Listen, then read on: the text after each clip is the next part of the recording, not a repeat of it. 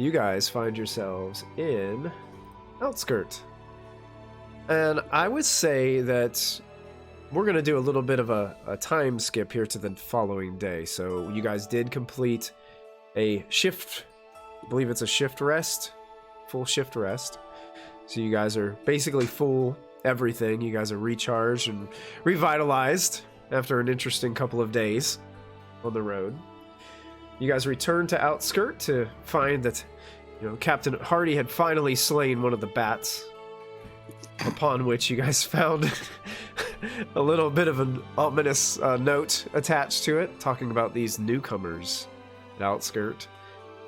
You guys made a grand entrance, taking the rotted, stinky, dead bat into the town's beloved tavern, and seeing if anybody would claim the bat. Had some interesting conversations. A little bit of a dissing match between mallards in the middle of the bar area. And Geyer had a plan set to have a council of leadership within Outskirt meet in the town square just after their midday meal. So, if there isn't anything else that anybody wanted to do or needed screen time for as per se this moment, we can skip ahead to that midday scene where this council is starting to gather. Good with that? Oh, hold on. Geyer would probably... Actually, let me check the cost real quick on something. Mm-hmm. Yeah, so Geyer would probably be trying to, after giving everybody out their chunk of change for the spoils, Mm-hmm. We have an opportunity. Given how much we've been finding in our recent things, I'd like to potentially upgrade the cart and see if we can get us a wagon. But in order to do so, we would need to get another pack animal to pull it. Now, I can cover the cost of the wagon, but I would need to see if I could take up a collection of perhaps 3 gold from each of you to cover the cost of 5 gold the... at Geyer. She just throws 5 gold at Geyer. Do you just want to try me as the third animal? Is that what you're getting at? Or? I mean, if you'd like to be hitched up to the wagon at all times, I'm sure it's no ill effect to you at all. I'll just take out the 3 gold and drop it. I'll hand over 3.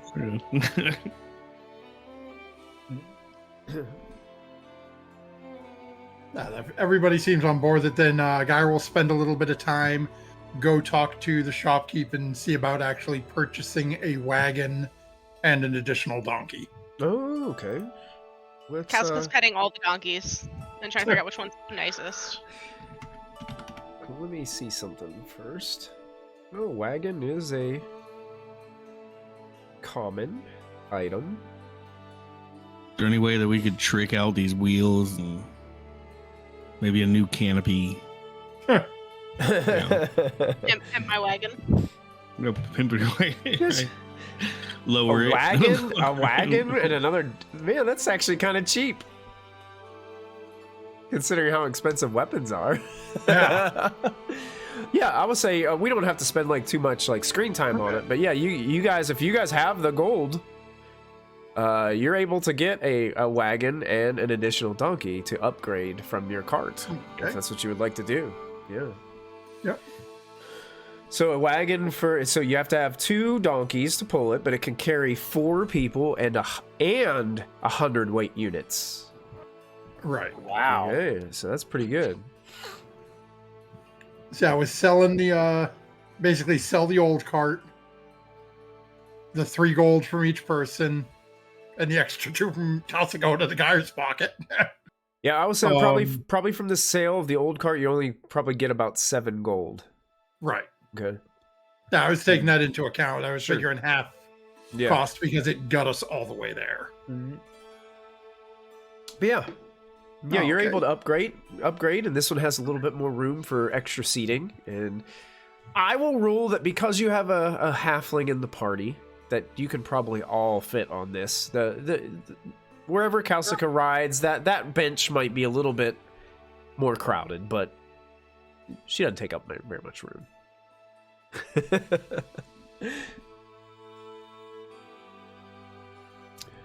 Conry needs room for his tail to wag. Other than that, I think you're good. Kalsika and Connery sit next to each other a lot, so it works out really well. Cool. Yeah, so I would say you guys probably spend the morning kind of acquiring this cart. Kind of like visiting a car dealership. It takes a lot of time to do all the paperwork. And They're going to take the old one out for the test drive. Yeah, make sure the wheels don't fall off. That's right. That's right. Can we see the cart facts on this? The cart. Very nice. But yeah, you guys hitch up the second donkey to the cart or the wagon, and it looks like it's ready for travel. You guys move all your materials, your belongings into the new cart. 30 days worth of bread rations. Yeah, you 30 guys. Yeah, bread rations, I should say. yeah, 30. Yeah, 30 bread rations is what you guys get from the Chubby Cheeks family, as they load you guys up on a variety of different kind of breads, wheat breads.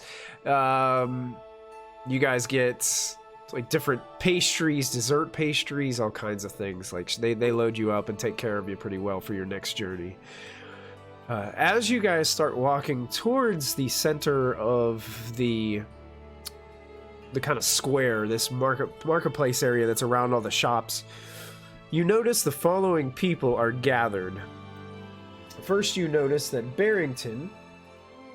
No, you got me calling him as Barrington. I was about to You say, got me wait. calling him Barrington now. And I'll put this up. I'll go to map layer on Twitch so everybody can see who's gathered. So you recognize Barrington. He's there. You also notice the man with the glorious mustache, the store owner, the shopkeep, Master Olvar, is there in attendance. Who you probably just got done purchasing the wagon off of. You also notice that the dwarven woman with all the like markings on her face, who worked at the blacksmiths, Yep. so-called, she is there. You notice that your good friend and still kind of smiling from his recent deeds, Captain Hardy, is in attendance. And last but not least is Vagenhild, the proprietor of Three Stags Inn. Those 5 individuals are gathered near the Eladane statue in the center of the square as you guys start to approach. Is there anything you guys wanted to talk about or organize before you approach the awaiting group? Geyer would have made sure the night before to drop a couple of gold to pick up a nice bottle of something, like a nice wine or something, something sort of light, and just have something for the discussions. Okay. So you're rolling up with a bottle of wine. Yep. Like It's in people paper cups.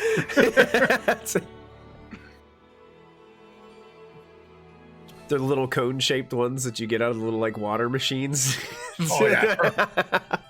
Yeah. So you can't put them down. You got to hold. Yeah, you gotta hold them the whole time. You can't sit them down. It's called rationing. That's it. All right. Then yeah, Geyer is probably, as we're doing everything else and getting away from people looking at the party. Okay, we talked about this. I really don't know how to. Are we really just going to push to completely take over in order to get this alliance to go through? Kalsika just goes, Mr. Geyer, I have a plan. She I am goes, all ears. she goes in her little like inner pocket and unfolds a piece of parchment and just holds up a little sign that says Mr. Geyer for mayor.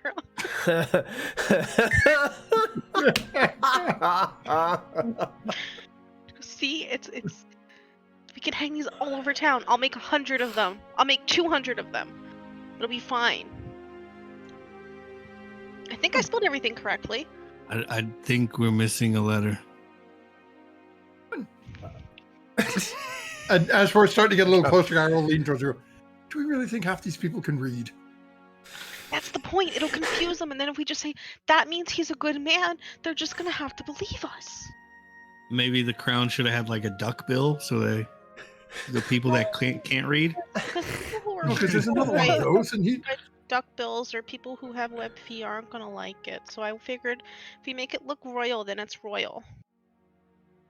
I would It's like lovely. to take this moment to award Brittany/Kalsika with a free advancement point that you can put next to any one of your skills for your clever preparation for tonight's episode.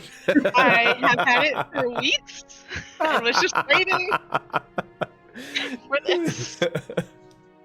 So yeah, you may take any skill and put a bubble of advancement in it. Is there crafting? So that I Wait, think that sign. So you're gonna. that- Go ahead. I was just gonna say. So wait, we're taking over the town. I thought we were proposing an alliance. Yes, we are trying to convince the city to ally themselves with the goblins that have been torturing them. Oh. So The goblins have definitely been torturing them. they've been robbing them. Torture. If you took my money, I would call it torture. You give me your money. And that is called a gift. Ah. Under duress. I figure if I give you enough metal money, perhaps you won't be able to do the things anymore.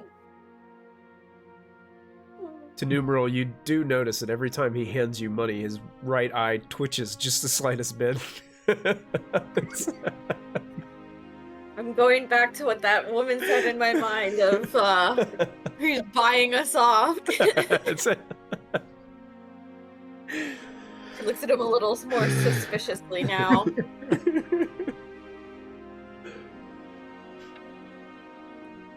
So I looked down at Kalsika's sign and I said, "That's a really nice sign. You did good. Should I roll for bluffing?" Yeah. I believe you. roll for languages to see if you even know what it says.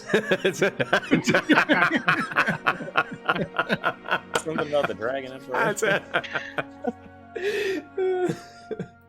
But as you guys are walking towards this group, Barrington does lock eyes with you, Geyer, and then gets really excited. Facial expression brightens up. He opens up his eyes wide. Looks like he's extremely happy to see you all walking. He kind of has to squint for a moment as the shininess of your metal friend's armor like blinds him for just a split second as it catches the sunlight. Well, not right. much of the sunlight, a little bit of the gleaming sunlight through the mist as you guys kind of approach. He's, "Oh, yeah, Mr. Geyer. He kind of waddles over towards you a little bit and it's like, oh, this way.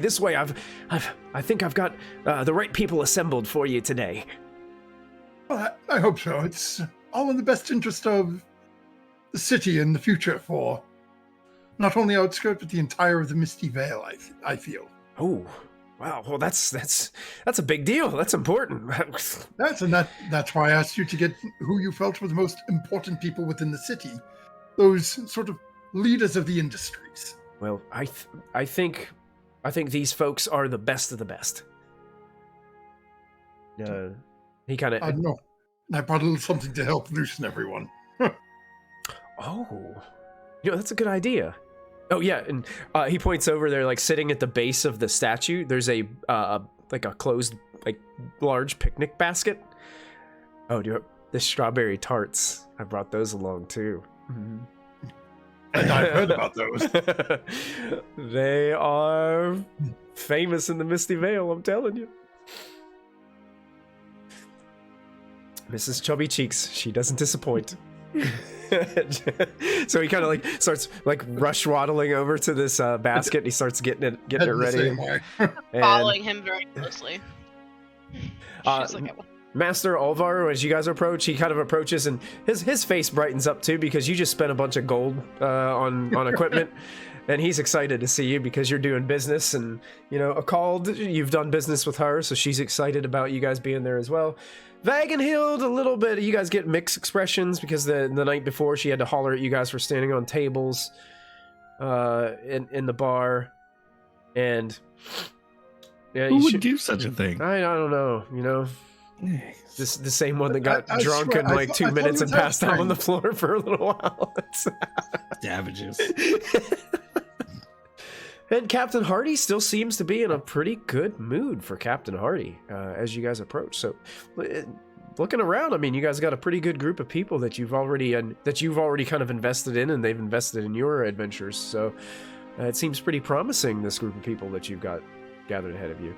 Barrington starts to kind of get all excited, and he's like, "Oh yeah, this is us. This is what do we call this?" I guess that's to be determined during our discussions today. My goal is some sort of a council for the city, sort of. Would you call it leadership? Would you call it a fellowship? We can work. Fellowship will work. Okay. Again, we're all members of industry of some manner of speaking. We have the head of the guards. That's our sort of the military wing of the area. We have food preparation and the bakers. We have the shopkeepers. We have the workers, the blacksmithy represented. We have Vogel, who's running the central hub of the entire city. Everyone in the city visits the Three Stags at some point. Most of them daily. Vagenhild kind of just starts shaking her head, yes, in agreement. Here is... Barrington starts handing out strawberry tarts to everybody. Guy will actually look down at Kalsika for a moment and... Would you mind the wine, please? And I'll just hand her the bottle. Kalsika gets it open with one of her knives and very quickly and starts. She looks at Balthus and just goes, "Here," and hands him the bottle because she's afraid to drop it, and holds cups out for him to fill, and she'll run him around to everybody. Yeah, She's afraid she's gonna...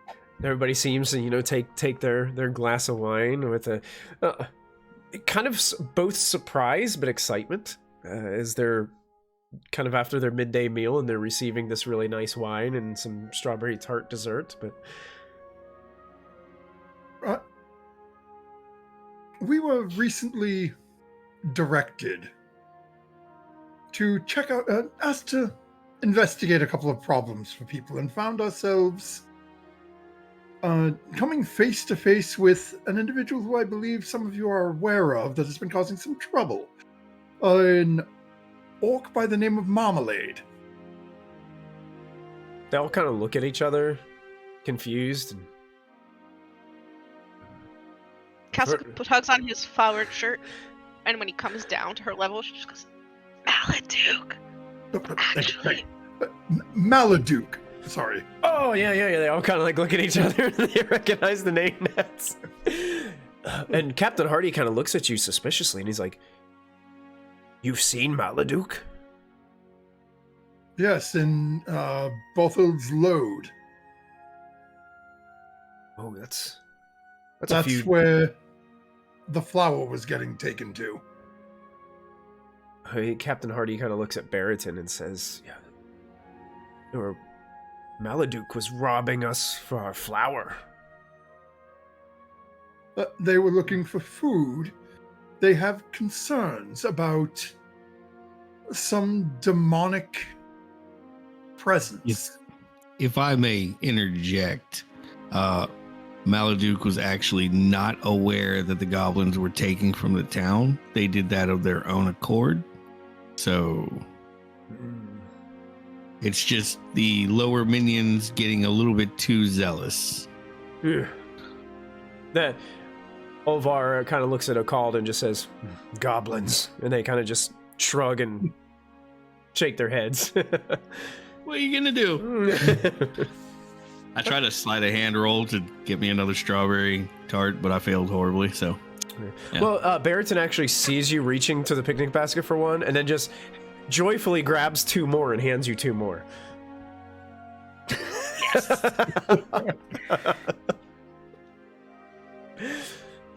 gonna sit in my little corner and tail wagging. So Captain Hardy kind of looks at you guys again. So Maladuk isn't responsible for the theft. No, Maladuk's employees were, shall we call them? But it's just a misunderstanding. Maladuk has proposed an interesting thing to me, or to us, and we advised that we would part in friendship from them and come back to discuss it with the town, which is why when we returned the flower, I asked Barrington here to collect those people he felt had the best interest of Outskirt together today. Maladuk says there is a group that is trying to resurrect some sort of demon lord, and they're looking for this broken antique item. She is proposing an alliance between Outskirt and her tribe against this common enemy.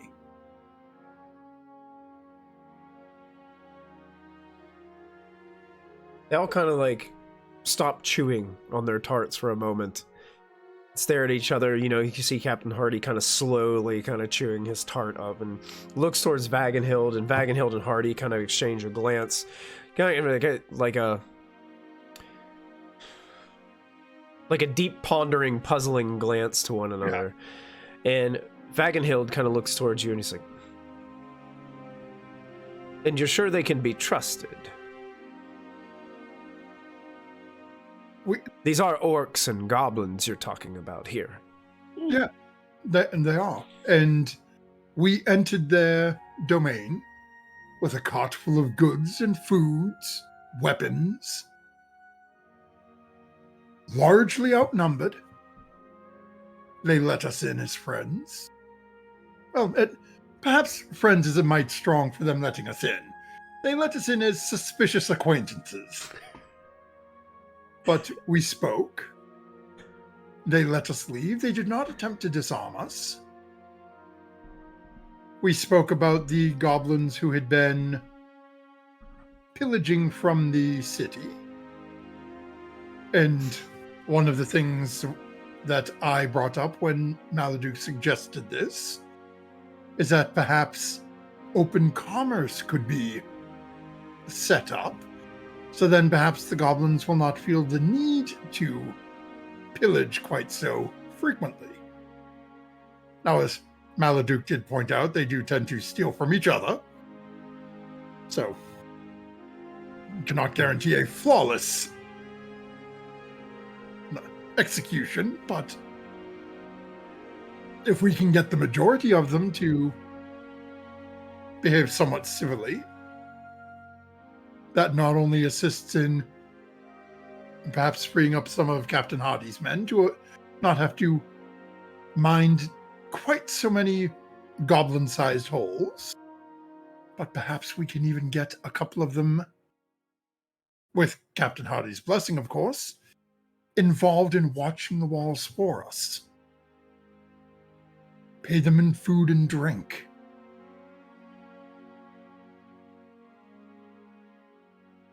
It shows a sign of goodwill. It gets Maladuk as not a concern for right now. And we can look into more of whatever this cult or organization is and what this broken antique item they're seeking is. Make a persuasion roll for me. Okay. So while they're sitting there contemplating what Geyer's selling them, Connery's going to be the only one loudly still chewing on the tarts, not being able to read the room. So that's a success, I believe, on your persuasion roll. So that's great. Captain Hardy kind of looks at, and it was the mention of the last thing that you mentioned about having them come to help and assist. But he does look at you and say this. He says, so many of the people from Outskirt here have had run-ins with these very same orcs and goblins. Some of them, it's left permanent scars. Not only on their physical bodies, but in their hearts and minds as well. Some of our townsfolk have lost loved ones to these goblin and orc raids. How are we going to convince them that it's okay for these goblins and orcs to be so close to our walls? Gyro sort of looked down a little bit because in his mind, he's right. And he knows that to a point. I'm not saying it's going to be easy. My concern, and the only real reason that upon our journey back we even decided to bring this to the city, is because they didn't have to let us go. Something has them scared. Scared enough that they're willing to put aside the disagreements they've had with Outskirts, and I mean no disrespect to the gods, but we'll call it the ease of the target. You're a large settlement. There are a lot of civilians. It's not like this is a stone-walled, massive city. It's a target that they could potentially raid and get to with minimum casualties for their own group. It's not like they're concerned about their health plan. But for whatever reason, Maladuk is scared enough to say, we'll back off. Let's work together on this.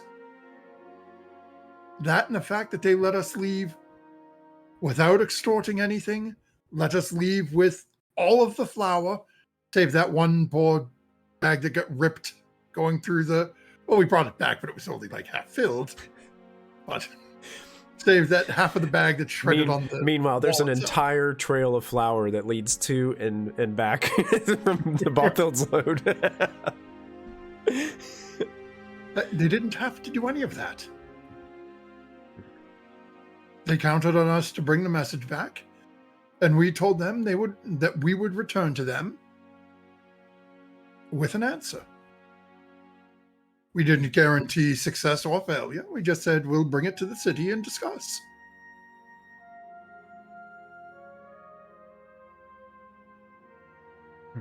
Captain Hargy, they all seem to be like in agreement, like shaking their heads on kind of like what you're telling them and what you're saying.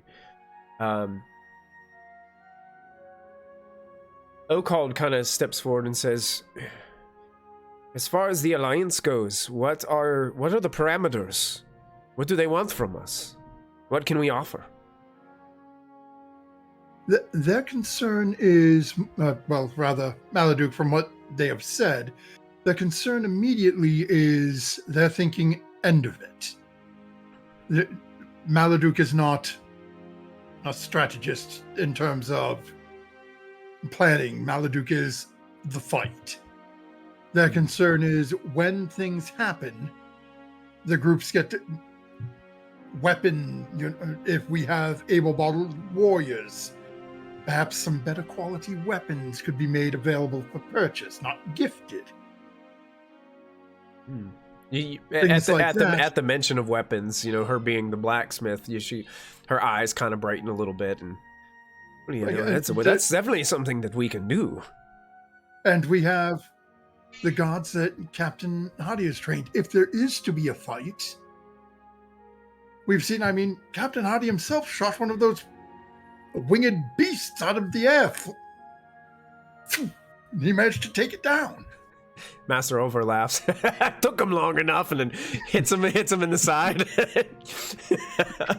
They all kind of like have a little chuckle together at that one. It was only our second or third day here, and he took one out, so seemed rather quick to me. Never mind, I slept with one above my head, didn't even know it. Baratin's like, frightening! And then munches another strawberry tart. But things of that nature. Now, our group here is where we were sort of set on this as it came through actually hearing about the flower, has now been given a potential lead. And Guy's going to sort of look to the group from Maladuk of where she thinks this group may be starting to linger. Given that we are an unknown group, or an unknown value, we may be able to approach, much like Maladuk allowed us, much like the people of Outskirt let us. We may be able to get information about this group and stop it before it gets to the point where Maladuk is planning the two groups get together and go off to war. But if the good lady blacksmith is willing to make arms and make them available for purchase, and Gaia will look at her, though, perhaps where I'll be paying and delivering most of it, perhaps small discount. They all kind of like smile and chuckle, and well, Baratin actually looks at you, strawberry tart kind of on his face, and looks at you. He's kind of still chewing, and he's like, "So how do you stop it? How do you stop the resurrection of the demon?" Well, apparently there is an item that's been broken into multiple pieces. You have some wine to wash that down. Is Connery choking? Stop. It might be. Sorry, I had a little strawberry tart left in my throat, and then I lean over to Geyer and whisper, maybe the less people that know about the artifact, the better.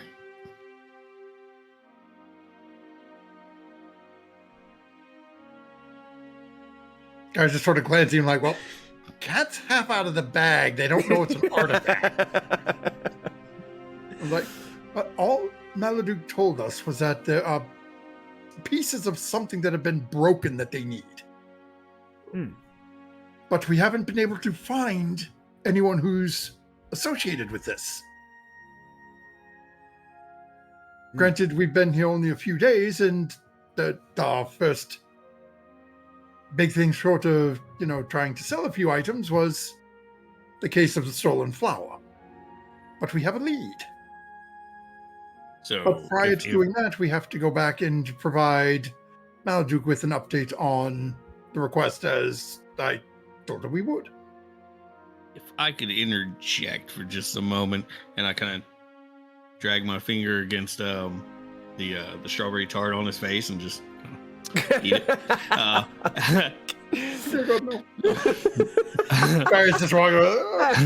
Maladuk and and her goblins are running low on food. However, they are a mass in numbers. So, being a wolfkin, I can relate to their nomadic ways. They could gather raw materials such as grain or provide to you these raw materials. We could turn it around, make food for them. Everybody's bartering, everybody's trading, a mutual benefit.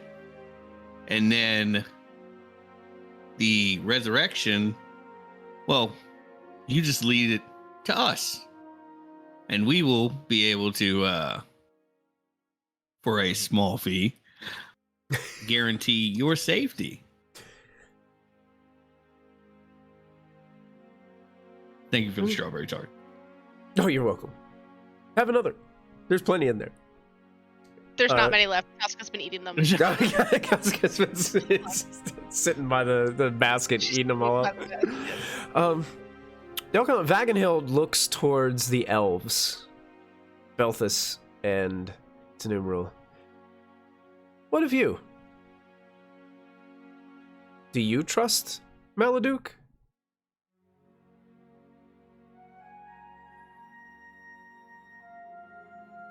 I'm looking over at Tumor. I think if somebody wants to stop the demon god from being resurrected, or the demon emperor, wait, what was he then? Somebody wants to stop the demons. I think that they're an ally worth having. I mean, is this something you believe? Do you believe there's a demon being resurrected right now? I wouldn't have left my clan and come here if there wasn't. She kind of shakes her head towards you. Sorry, hold on mute. And even if there wasn't, can we afford to risk there being one and not preparing ourselves? Let's assume it all is fake. What's the downside to it? You make an alliance with another group.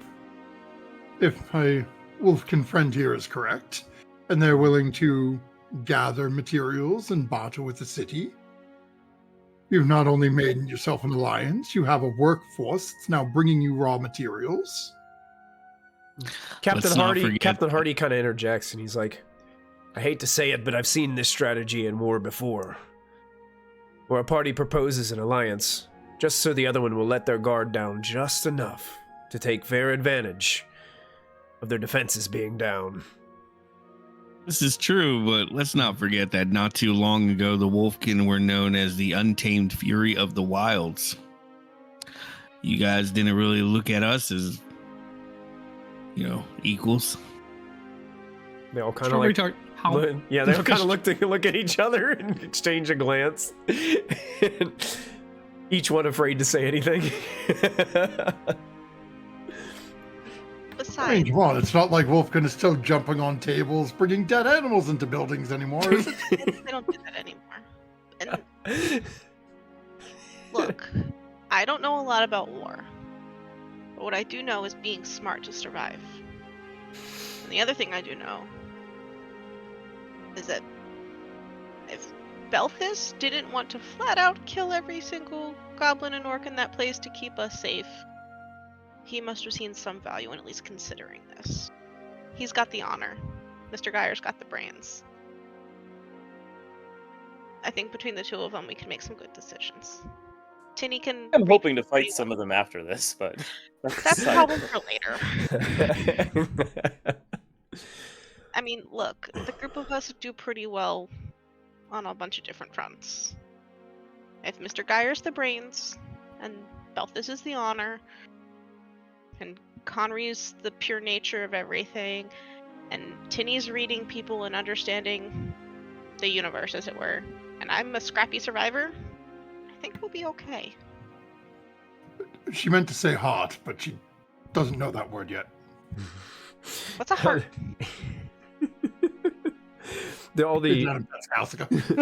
The 5 council/fellowship members all kind of look together, and they're kind of in agreement, and you can see Captain Hardy looks at all of you and says, I think that we can agree to an alliance, but I am going to say it's not going to be easy for the people here, and it's going to take some time for us to get the word out to them.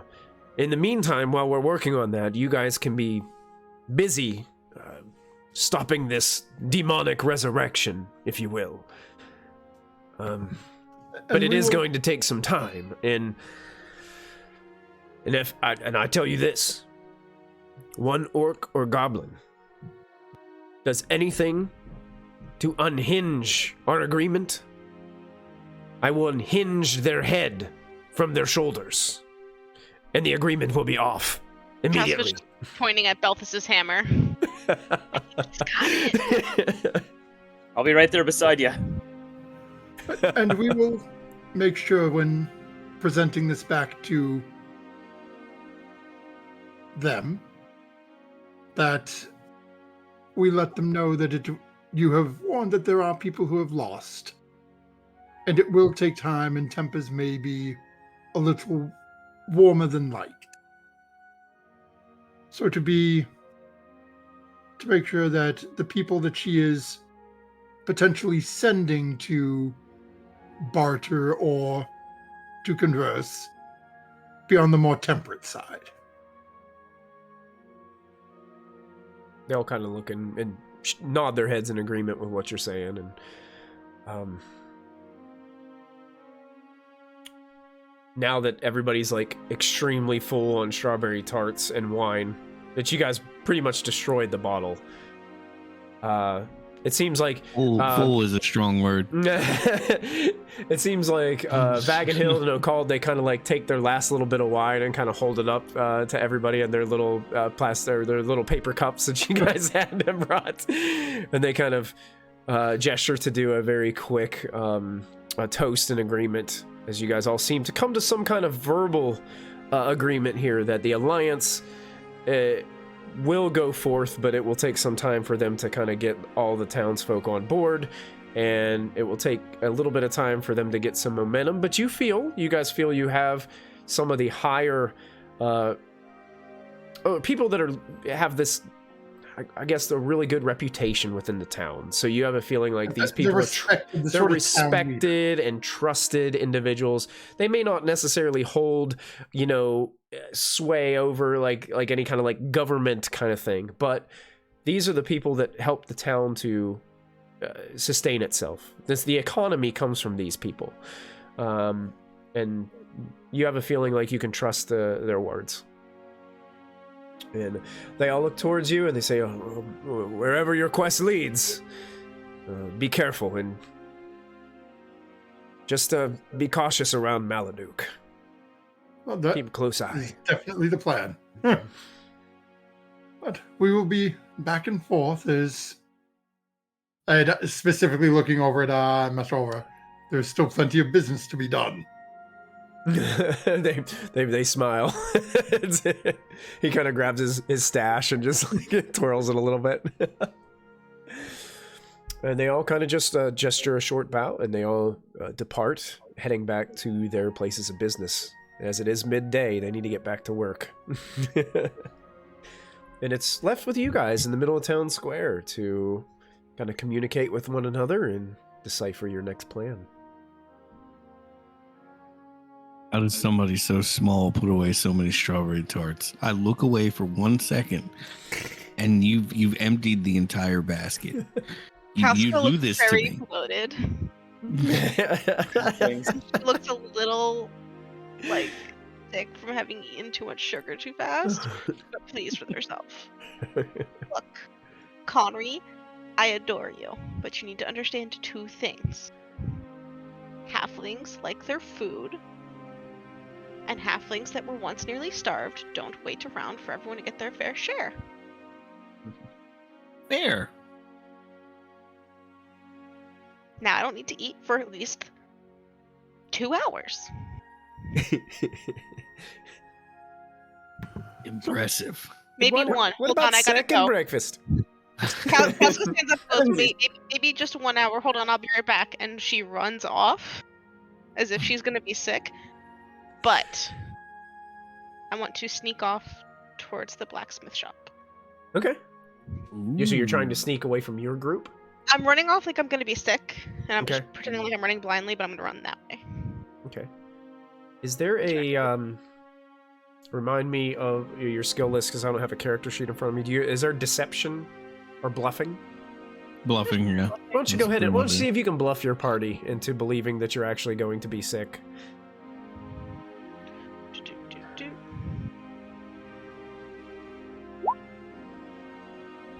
Ooh, success. Yep. Whoa. There you go. Dang. I will say you succeed. I know that could have been a contested check, but I'm just going to say you kind of you succeed because you succeeded on your check.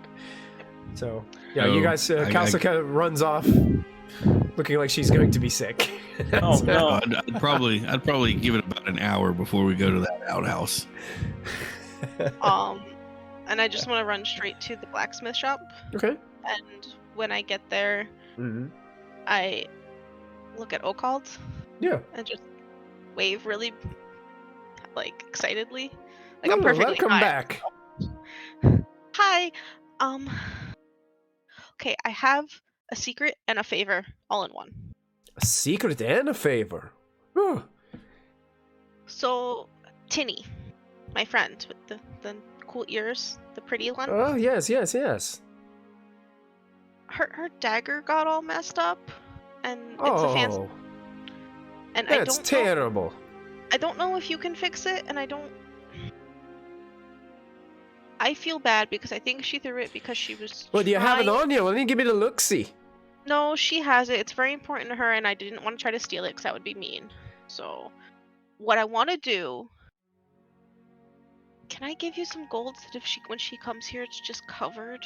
If you can fix it, and if it's not, you can just save it for the next time we need something fixed. Listen, You hold on to your gold. Let's see if we can do anything about it first. Okay. I just don't... But that is a very kind gesture. She doesn't have money a lot, because she does a lot of cool things and needs money for that, and I didn't want her to not be able to get the dagger fixed because she didn't have money. She does a lot of cool things. Shouldn't she get money for doing all those cool things? I mean, she has to learn, and you have to pay to learn, which is a really dumb system in the world, and I don't like it. So that's why I just don't learn things that way. That's why I learn on my feet. But I know what it's like not to have money, so I wanted her to keep her money. I can understand. If it's expensive, just let me know, okay? Because Mr. Geyer and I have some money from before we ran into everybody, and yeah. Well, you just bring it this way, and I'll run it by Badenor, and we can see if we can fix it. Okay. Thank you, Occult. I'll see you later. See you soon. She got a wave. Runs back to the group and. Fully forgetting she was supposed to be coming back like she was sick. Oh, yeah. Is like practically skipping as she comes back. Okay, now what? Everything all right? Oh yeah, halflings recover really quickly from getting sick when we eat too much. It's part of our whole anatomy. Did you not know that?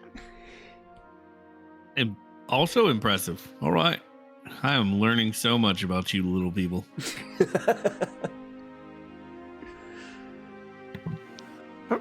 Does anyone remember where we were supposed to be going? Do we have any other leads? I know I told everybody we did, but... I don't know.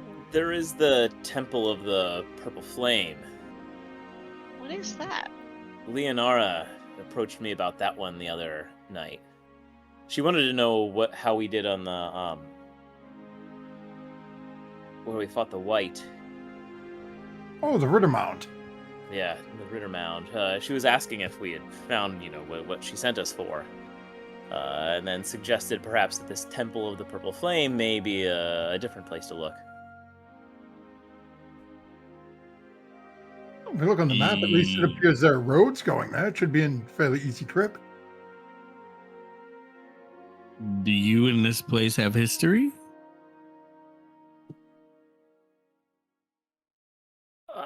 I don't myself. I mean, Leonara was the one that told me about it. Sounds as good of a chance as any other place. Don't we have to go tell Marmalade that they're working on it, but don't be dicks until then? Don't be dicks in general, but not just till then. Well, I'm kind of hoping that I get to see Balthus hit somebody's head in. Eventually. I would enjoy a good fight. Good for the spirit. Before we fight, can we see about getting my blade fixed? Maybe? Oh, yeah. I mean, Where is your blade? They seem to be in a good mood after our meeting. Maybe she'll give you a deal on it. If she can even fix it. Worth a try. If she can't, I know you're sensitive to metal. Perhaps offer an arm bone or a leg bone. Do we still have those, skulls we took, Mr. Geyer? Or did we just throw all of them at everybody? Didn't Geyer just throw them at people? I still have 3 of them. Why do you want my 3 skulls? Because they can use the skulls to fix her blade. It's not metal. This is true. Use her bone, and that way I think makes it she harder can her to... bone, Mr. Geyer. Geyer's new combat tactic. Here, catch! Kyra will look at just Kalsuka grab and just... her finger bone necklace and just clutch it a little protectively at this. I know she had one of those. Right? I was Yeah, like, wait. as you guys are talking about this, you realize as you watch her like squeezing this, there's like a bunch of finger bones like attached to her necklace. Kalsuka gets weirdly close and is like, "Are those?" She holds up her own little finger to one of the bones. Yes, it's the former seers of my clan. It's their fingers? Yes, they're pointer fingers. While they were still alive, did they see it coming?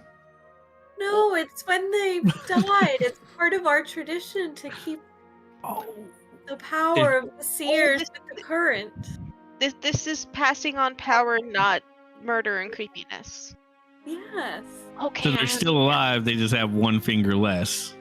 Kalsuka's just looking at Mr. Geyer like, I don't understand. They're At this point, Geyer is handing you 2 of the skulls. Like,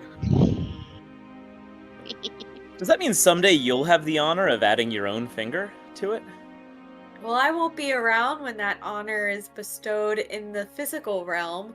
However, my spirit will help guide whoever the seer is after me. So, Hopefully, it may even be my own child or grandchild.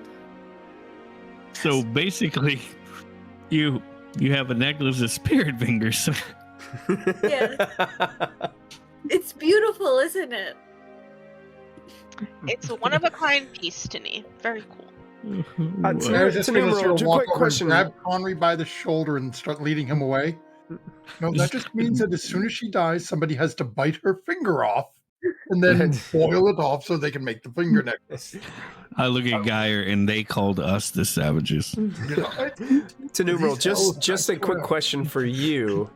Just to get clarification of this necklace, how what's like the capacity of the fingers? Like, is there a lot on it or is there a few? I mean, how would you say, like, how far back does your necklace take you? Well, her grandmother's still alive, so hers has not yet been added. I wouldn't say. Maybe sometimes it skips a generation before there's a new seer. Okay. So I don't know. How long do elves live? Let's see. They can live a very long time.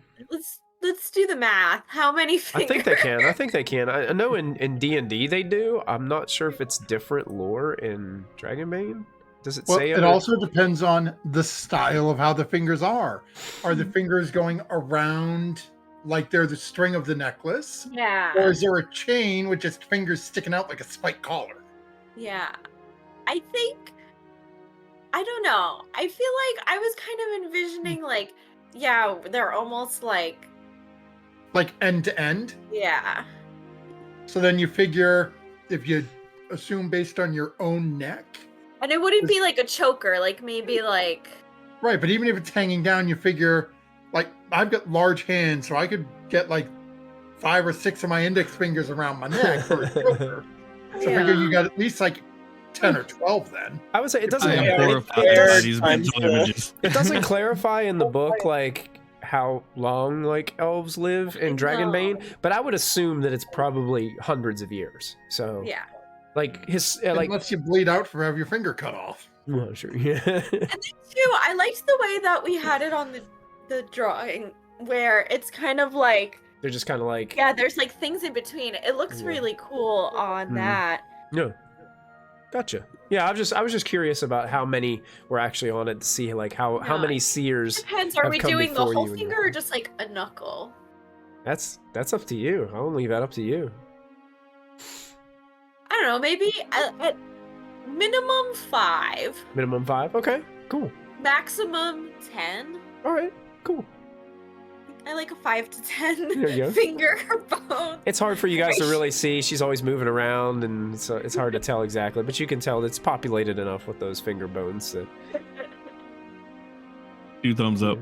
I wouldn't do that to her. Locket under her clothing and just goes, "Mine's not cool." Okay. All right, so I did reveal and shift ping you guys. The Temple of the Purple Flame is actually to the north of Outskirt. So that's where you got that new area revealed on the map. You know, not to be creepy, but if I took a quick huff of Grub's little cloth that they provided for me, do I get the idea that he's in that direction? You know, while nobody's looking. Oh yeah, it's nasty. It smells terrible. No. Your wolfkin senses are leading you in the direction of the place that you left, Bothild's Load. Oh my.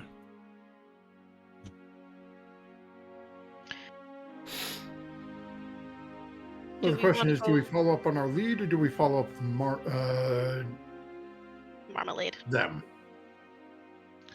Well, I think we told them we'd come back quickly, and I don't think we want to mess up the alliance just because we didn't follow up on our part. No, but unfortunately, we also have 2 idiots with us who told them that when we came back, we'd kill a dragon that lives at the bottom of the ocean. Smart. As soon as I forgot about that. as soon as Connery hears that, he just offers a high five to Beldis. A noble I beast. probably can't help much. Glory. Snake. I have an idea. Let's go fix Tinny's blade. Let's start there. Yeah, no use going into a fight without one. So are you guys going to get within melee range of that thing? Nope. I'm certainly not losing my knife to the water. I'm not. You going lost it to a rock. Exactly, so And I she don't think got I'm it gonna throw it anymore. Kalsika just flicks Connery in the snout. But Just I leave agree, it it up should be to it. fixed before we go anywhere, or at least we should see if they can fix it. Belthus, maybe you can help. Is there like I a have- glass blower in this town? Let's ask Oakald first, and maybe they'll know who can do the best. Okay. So you guys are all approaching Oakald and the blacksmith? Okay. Oakald kind of turns around and makes eye contact with Kalsika and kind of smiles and say, "Ah, you're back again. Did you bring that blade you were telling me about?" Huh? She kind of looks around. "Oh, right. What can I do for you, laddie?" I think the tarts are repeating, "I'll be back," and Kalsika leaves. That's odd. She looks Do all you know around at the rest of you. anything Kalsika's looking through the window, though. She's like,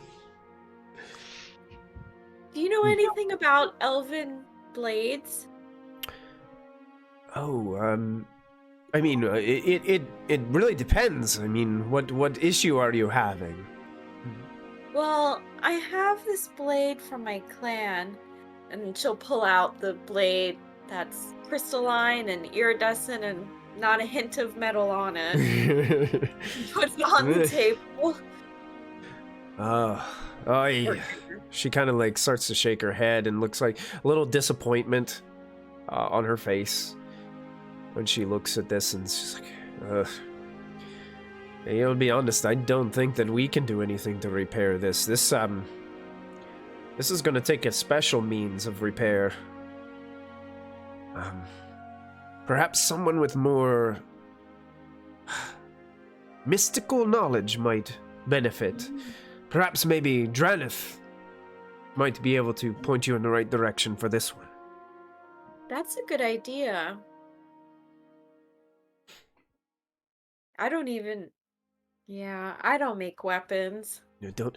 She kind of looks back to where the other dwarf is like ting ting back there, and she's like, "Don't tell Bradino, but he can't. He's not going to be able to fix this one."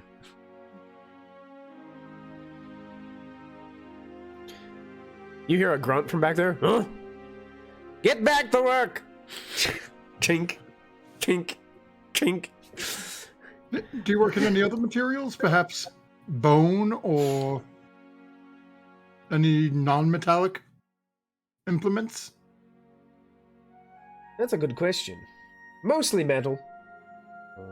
Let me double check Yeah, the sheet. that's good, but I I know some They do. cultures use. They do they'll make weapons like wooden weapons as well. So they do supply most of the common and uncommon like wooden weapons, wooden tipped arrows. If you guys needed wooden tipped arrows, like they have those types of things. I hate to interject, but usually people that craft with bones are more nomadic, like maybe Maladuk and her tribe.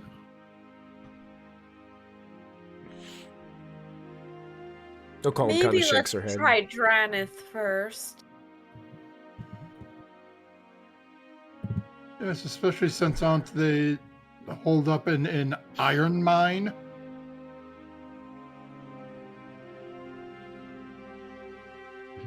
As far as glass, though, I do believe Dranith might be our best shot. All right, well, that'll be my next stop. Oh, then while we're here, perhaps I can just buy a replacement dagger for the one I gave to that goblin. Oh, sure, we had plenty of daggers. So yeah, you can buy a dagger for book price. Okay. No problem. Is there anything else that anybody needs to purchase, like weaponry or anything, while you're here? Do you happen to have any spare tools for sale? Spare tools? Yeah, spare smithing tools. Smithing tools. Good question. Let's see what those are. Those might have to be purchased from the other place, but that's something you could easily do if it's common or uncommon. I gotta see what the Yeah, I think it's uncommon. is it uncommon? Yeah. So this village is only common? No, some uncommon things too. Some, okay. Do they by chance tools. have light What? crossbows at the smithy? Oh wait, never mind. I can't afford that. I was gonna say crossbows are pretty expensive, I think, and they might be. They might have a different rarity.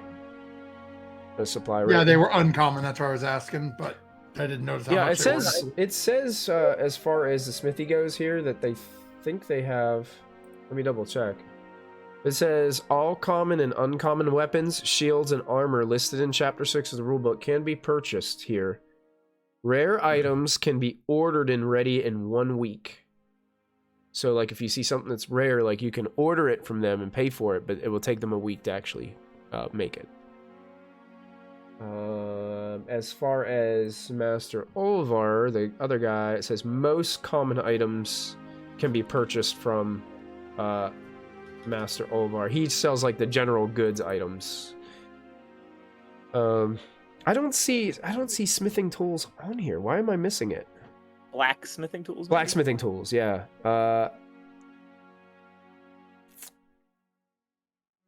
They are listed as uncommon, and he only has common items. So I would say he probably doesn't have these in stock. They're expensive, too. We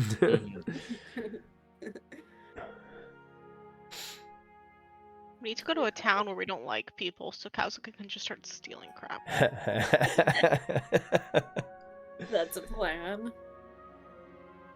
I am going to allow Or you to start apply catching your... fetch You can't apply to your steal weakness everything. tonight because you did take all those tarts out of the basket. Even though he wouldn't have cared if you did or not. I still count it. I stole them from Connery. Yeah, that's true. That's true. PvP strawberry tart theft. Really It looks like blood with Yeah. strawberry filling. So as you guys are doing this shopping, it seems like she's trying to say they don't have the expertise or the tools to be able to do this, but maybe Dranith knows something of more of that kind of nature that could be a way that you can restore your dagger. All right. To Dranith, then. All right. So the party travels to As Dranith. we leave, I look at Occult and I just go, like, from the window, I'm like, why can't you keep a secret? What the heck? And I leave. She seems confused, like she wasn't sure it was a secret. I started with secret in favor. That's right. She totally forgot. So, as you guys make your way over to Dranith, Dranith is I can't remember. I think he was out. It was like there was like a little garden maybe around his little hut. I thought there was. Let me double check. Yeah, like an herb garden is around his little hut, like with a little fence, and he's actually outside, like working his little garden as you guys approach. Still in that like really like nasty looking robe that he was wearing, barefoot, just kind of like wandering around aimlessly, like looking at herbs, and you guys approach. Oh, welcome back.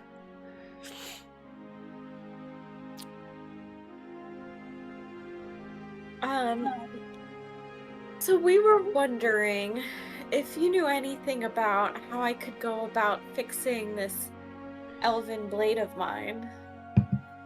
Oh, let me take a look. And he looks down towards the...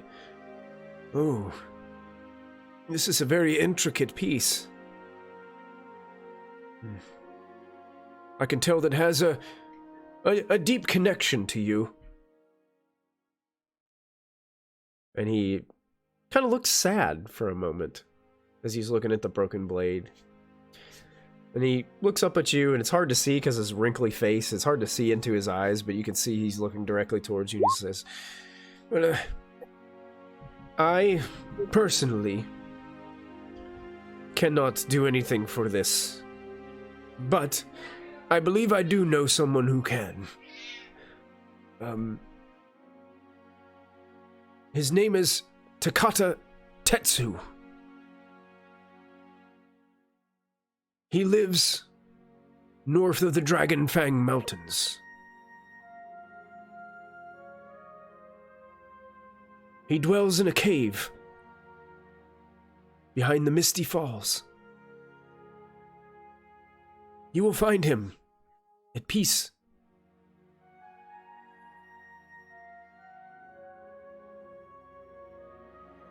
He has a technique that I believe that will be able to restore this, and possibly make it better than it was before.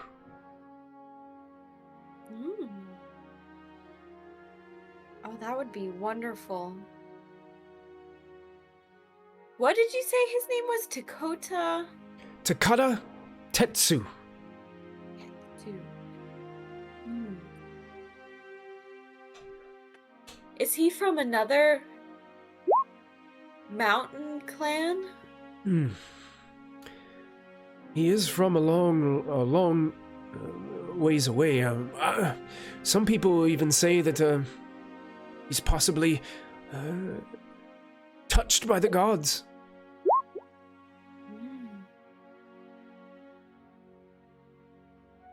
Well, I hope I can find him.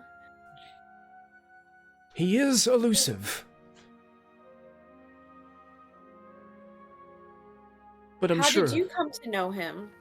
Oh, he and I are good friends.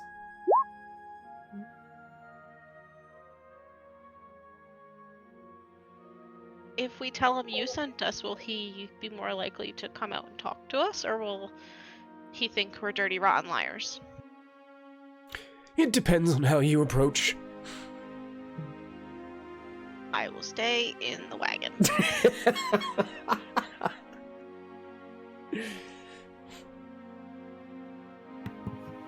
You said you're good friends? He will, to be honest, he will probably know you are coming before you even arrive. He has a way of seeing Is things. He a seeing person? He is. Among many others. Wonderful. Wait, he's more than one person's? Oh, kind of, yes. If you look at it like that, yes. Guy just turns around and walks out the door. Kauska goes after Geyer. The New World would just seem enthralled with meeting another seer from another clan. Very exciting. A quest to restore a blade. Yeah. Another noble quest added to Belthus's list.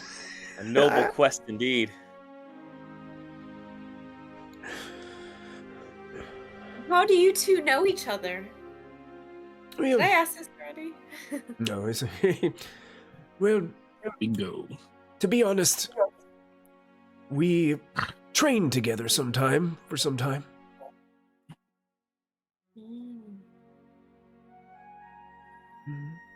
I bet he could teach me new things too. Oh, I'm sure of it. If he trusts you, of course. Well, I'll have to try to prove myself then. Yes, he looks at Balthus and says, a noble quest. Yes.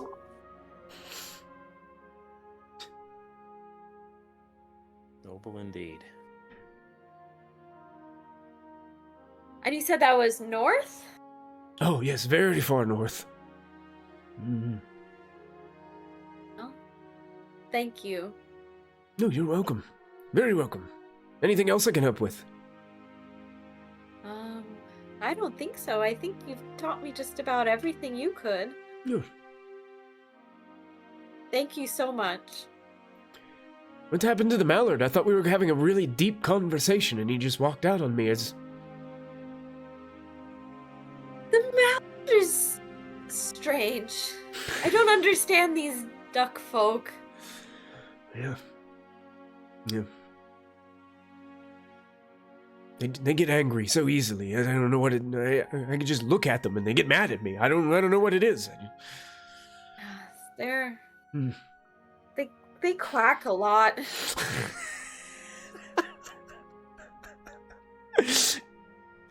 I was waiting for it. I was just waiting for it. I think we all were. Donald duck noises every time Geyer gets angry. Right? I'm driving. And you would if I didn't have to worry about waking the 4-year-old up. And trying to kind of like bows towards you, Tunural, and you as well, Balthus, because I think you guys are the only like two that like, kept hanging around. Everybody else was kind of like milling about, and he's like, "Well, be careful on your quest, and I hope that you do find him and restore your blade." Thank you. Mm-hmm. And he goes back to checking his herb garden. All right, well, Balthus, looks like we both want to go north. Yeah, it sounds like quite the adventure, and I think it's also important to have a trusty weapon at your side. Do you think what was the place called? The Purple Fist? Purple Flame? Temple of the Purple Flame, yeah. Oh, no shit. Do you think we'll find it along the way to the Temple of the Purple Flame, or do you think it's past that? It sounds like it's quite far, but I also don't know if we should be exploring unknown temples until we get you with some kind of trusty weapon at your side. I don't know if we'll be able to convince the rest to go there before the other two places. Worth a try.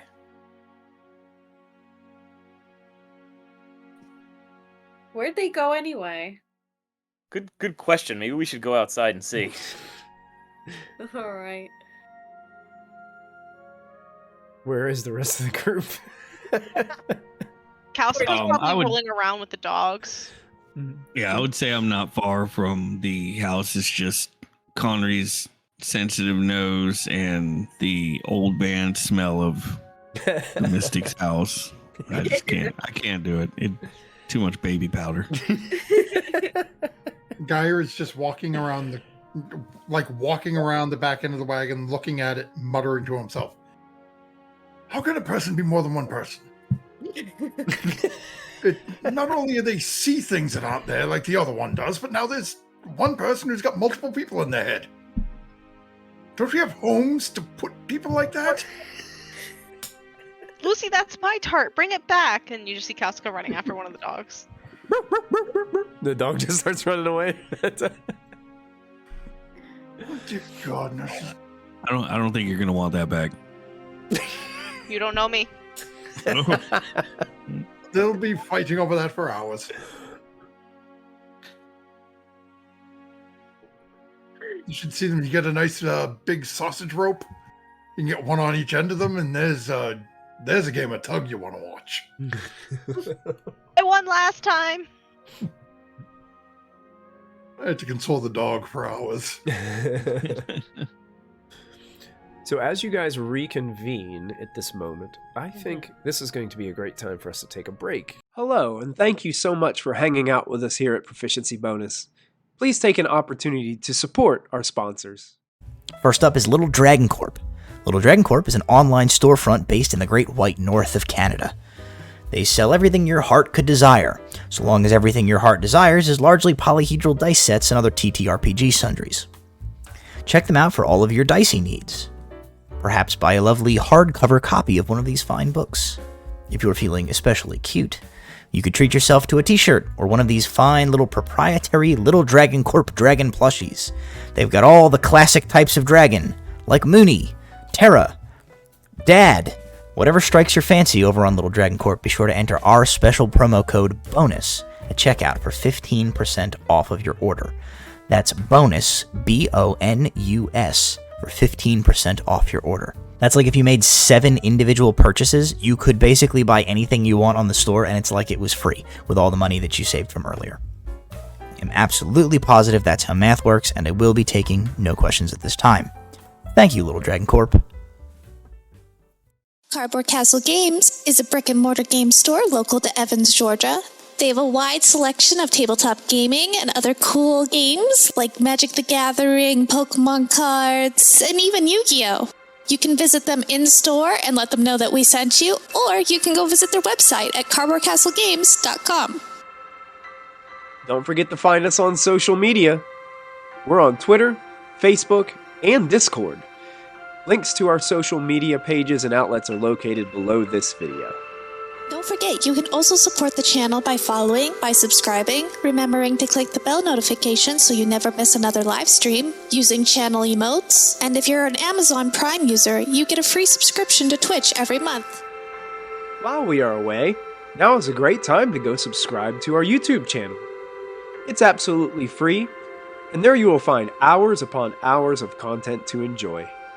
Click the bell icon to activate notifications so you won't miss a single show. Once again, thank you for joining us. We hope you are enjoying the show, and we'll be back in just a moment.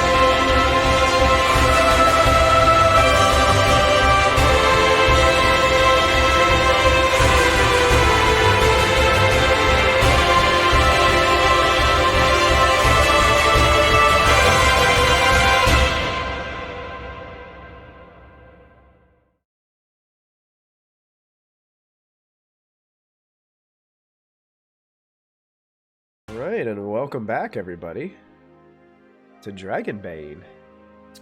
Our party has a lot of information and a lot of leads and a lot of things that they have on their list to accomplish. A lot of noble quests. And they have just reconvened after a lot of conversation here in Outskirt and are trying to decide their path forward. So, party, what do you do?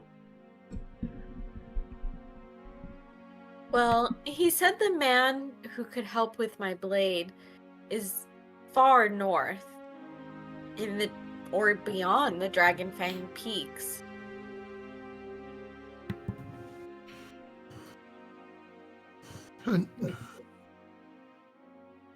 We have an agreement to matriculate about.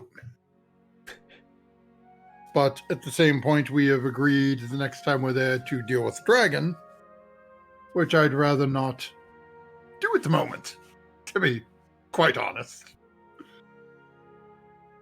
I agree. And while dropping Belthus and Connery off the side of a walkway down into the water to fight the beasts does sound mildly amusing to the darker corners of my mind. The good part of me says that maybe we should wait on that.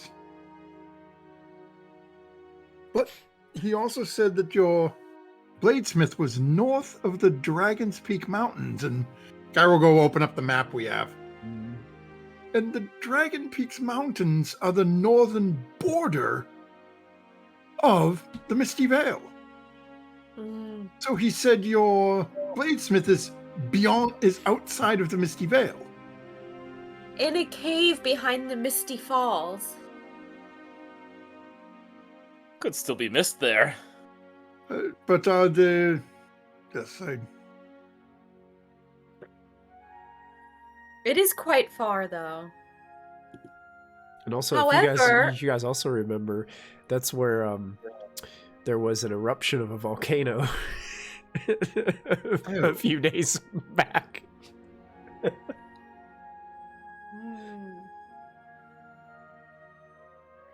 However, the temple that Lenora told Belthus about is also north.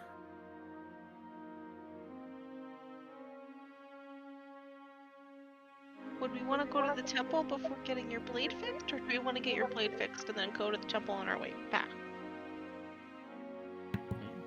Sorry, guys. I'll actually be right back. I'm hearing a weird noise downstairs. Player-wise, I'm good with whatever the party decides. Be right back. All right. Oh boy. How do we tell Maladuk we're cool? Wait for us to come by to settle all details. Cause like, I don't want to go get in a fight in the water. Because let's face it, guys, I'm gonna drown. I thought you were going to drown the last time we were there. I almost did. It wasn't cool. I'd rather not right now. I think maybe if we're gonna go north, maybe we go a little west first and then leave a big sign on the road for Marmalade that says like, we're cool, just chill here till we get back. I don't know if they can read. Crap, can they read? I wonder if we could send a messenger. I don't know if anyone from town's gonna want to be a messenger to the goblins. It would be a good sign of diplomacy. What if it was a goblin? Are there goblins in the town? No, we could find one maybe on the road. And Connery kind of holds up this Are you ragged still piece of Grub's cloth. sock? Are you still smelling Grub's sock? Sensually. Gross. I have concerns. I mean, if we could find Grub, though, I think Grub's not very threatening, so maybe Grub is a good go-between for the town and for Marmalade. You imagine? Lieutenant Grub. Has a good ring to it. Lieutenant? I don't think we can get Grub a promotion. I mean, one step at a time. We get him the message. He sends it to Marmalade. We continue north. With an IOU for the dragon, I guess, since no one else wants to do it. I just don't want to die yet. Can I get to, like... Oh... Whenever my next birthday is? I don't know when I was born, guys. Sorry. Oh my.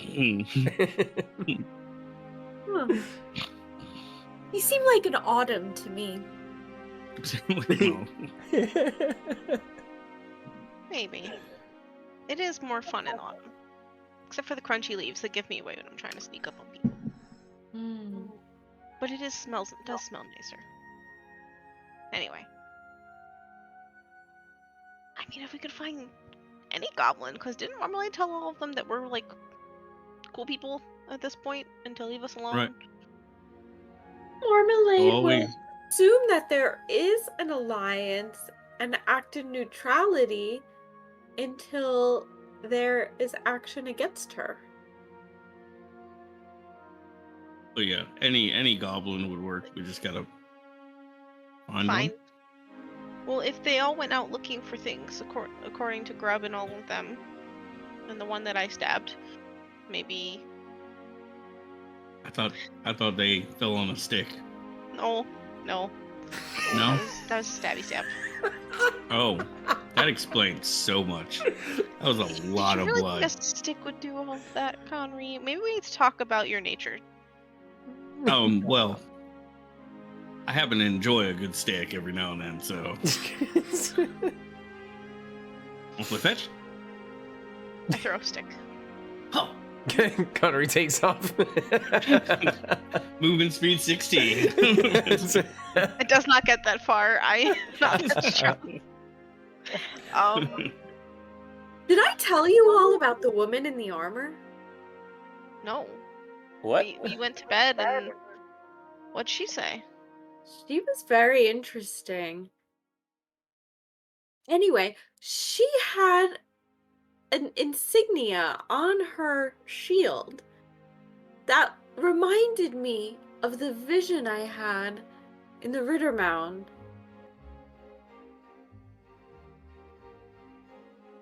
A vision? Did I ever tell you all of the vision I had in the Ritter Mound? You just went a little blank, Spacey, and then Geyer got scared, and I just decided to try to keep Geyer from, like, running away from you forever. Oh. So, when you approached that palisade with the woman behind it that had the hammer,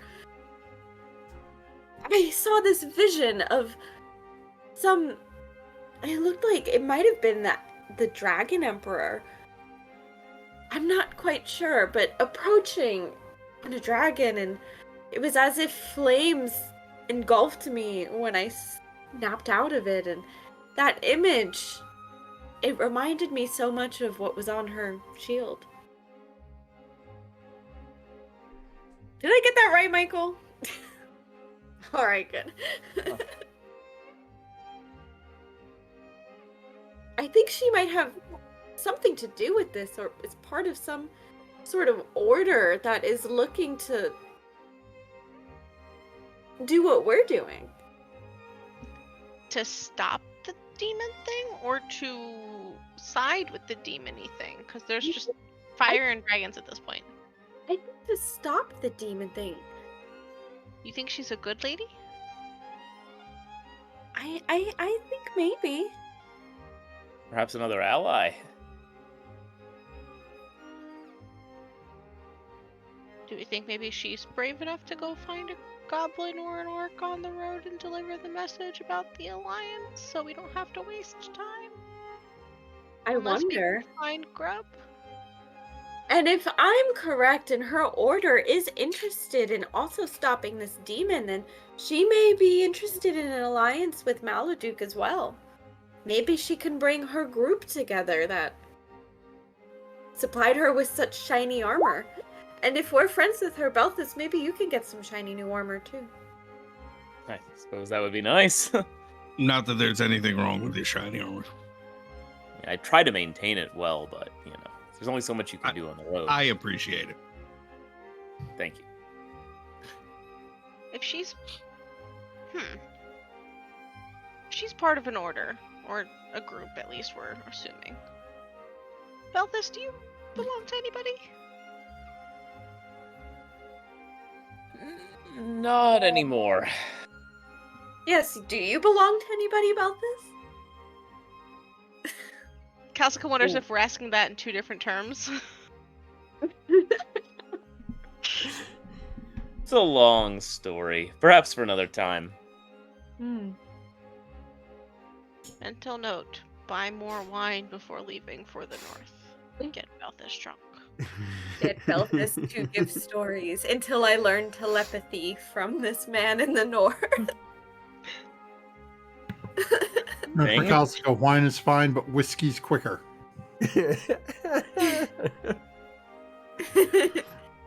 Candy is dandy, but liquor is quicker. Remember, kids, don't drink. Just eat Willy Wonka. cookies. So just to catch Matthew up to speed, they're talking about the armored woman, perhaps Blue hair. possibly being an ally with the connections that Tenumeral had made in your endeavor. So that's basically what they're just kind of discussing, throwing that around. And we were thinking of maybe sending a messenger of some kind to Maladuk, possibly even that woman. Or if Conry can find grub or any goblin on the road, we can just send them with a message. Welcome to my world, Michael. Yep. She just has to make her presence known every once in a while. You've been ignoring me for 2 hours, so I'm gonna walk in front of your face.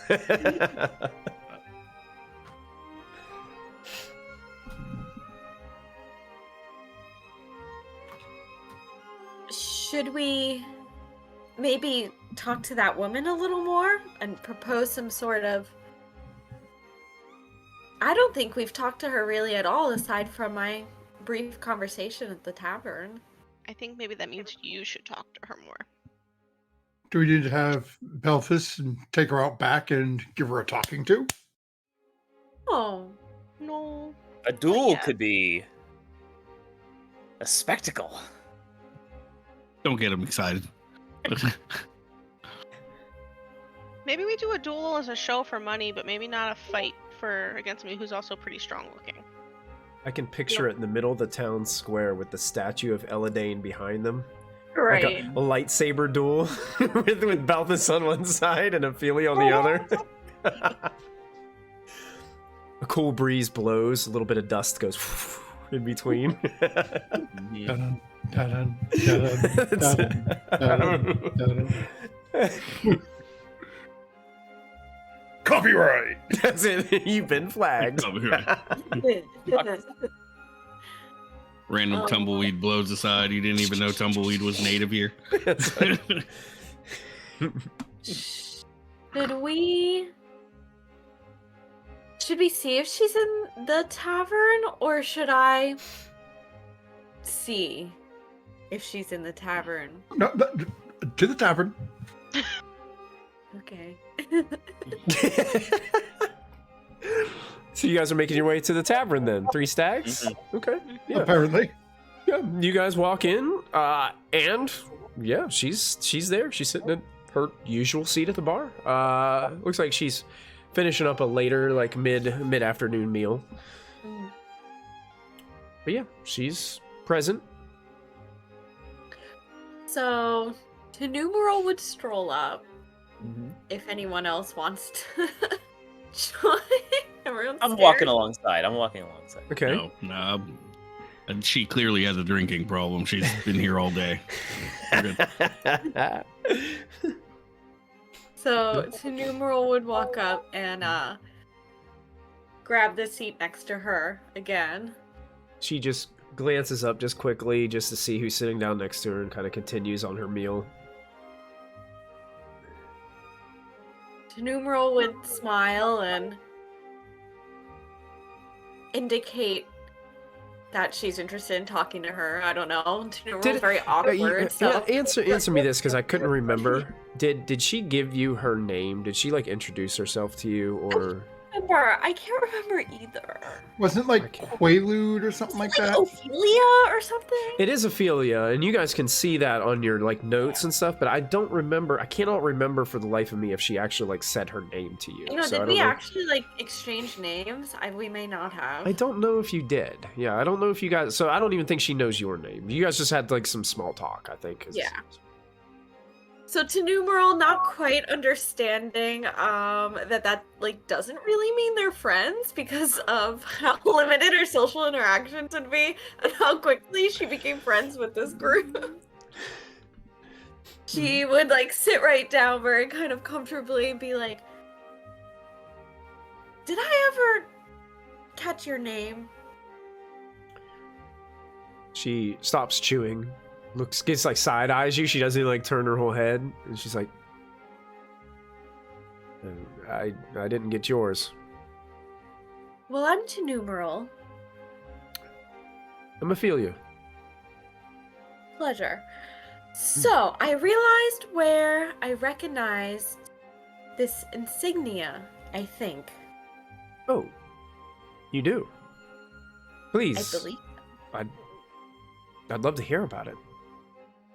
So she would go on to rehash the vision that she had without quite going into detail of where she had this vision. How much, what are you saying to her? Like, what are the specifics? That she believes she had a vision of the dragon knight emperor. What was his Eladane? Eladane? Okay, right? so, yeah. So you use the name Eladane, the dragon emperor, and everything? I think that's what I saw. Yeah. I don't know. Yeah, she stops chewing, turns her head towards you, and her expression on her face has changed. She is engaged in what you're telling her. Like at first she was like cold shouldering you, but now she's like fully I intent. tell you about my vision. She's like, okay, whatever. Did you happen to see anything else? What happens after the fire goes out? Well, I don't know. That's what the last thing I saw. Wow. What an omen. So I'm correct. Your insignia does have to do with Eladane. She kind of realizes that her defenses are down and gives a little smirk towards you, as in like, touche, you're very clever. And looks towards you and says, kind of whispers, trying to make sure that no one else can hear, and it's just like just those of you that are gathering around can hear. Mm-hmm. Yes, I am a knight. I am part of an organization known as the Keepers of the Immaculate Flame.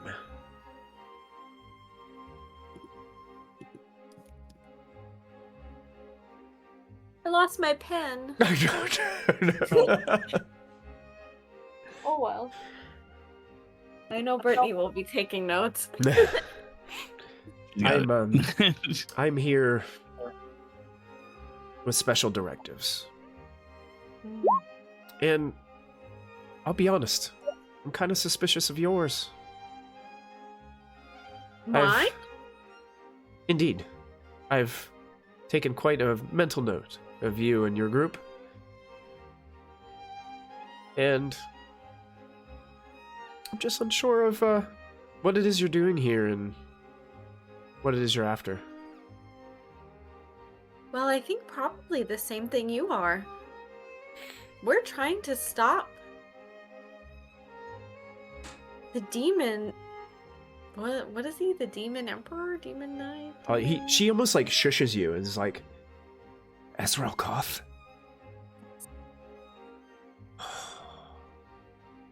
It's the whole reason I left my clan. I've been having these terrible visions of just darkness to come, and I was told in order to help, I need to leave, or the whole Misty Vale could be in darkness.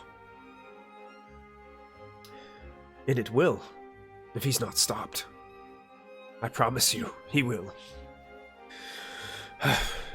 Listen, who's present right now? Is everybody present? Me and Belthus, I think, only. Just only you two? Watching, but I'm not close. Okay. Geyer is sitting down, has probably ordered a drink, a little bit of food, and is just very sort of suspiciously watching the back of Janumral's head. Okay. Okay. Yeah, like sipping a drink, just like... And while you guys are watching, you can see that this woman is... Her posture and her demeanor is a lot more visually kind of sporadic as she's talking now. Like, it's kind of like a more excitedly, like, hurried motions with her arms and things like that, and her head is moving around a lot more. Like, before she was just, like, stern and grumpy and, like, pinpoint. Now it seems like that facade is kind of broken with this conversation that they're having now.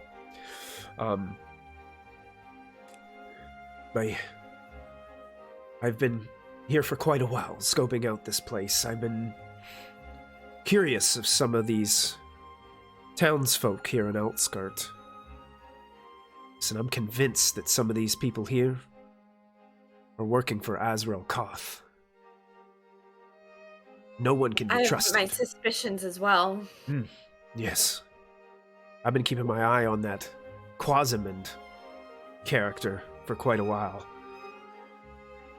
Haven't been able to pinpoint. Duck? Yes, the ugly duck. Haven't been able to pinpoint him on anything yet, but I think I'm getting closer. Oh, I have already. But you have already? Oh, yes, so I can see things. Yes, I can see things too. No, but I can see things when I'm not in the room. How? Been or up to 1 kilometer away. Wow, that is a very specific skill set. Very specific skill. We'll use it. Yes. Do you know about this? Perhaps we should have this conversation outside the tavern. That's probably a good idea. Let's head outside. Yes. Okay.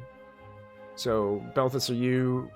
Okay, the rest of you that are just watching, it looks like Ophelia has set down her eating utensils and has hurriedly started heading towards the door with Tanumero and Belthus following.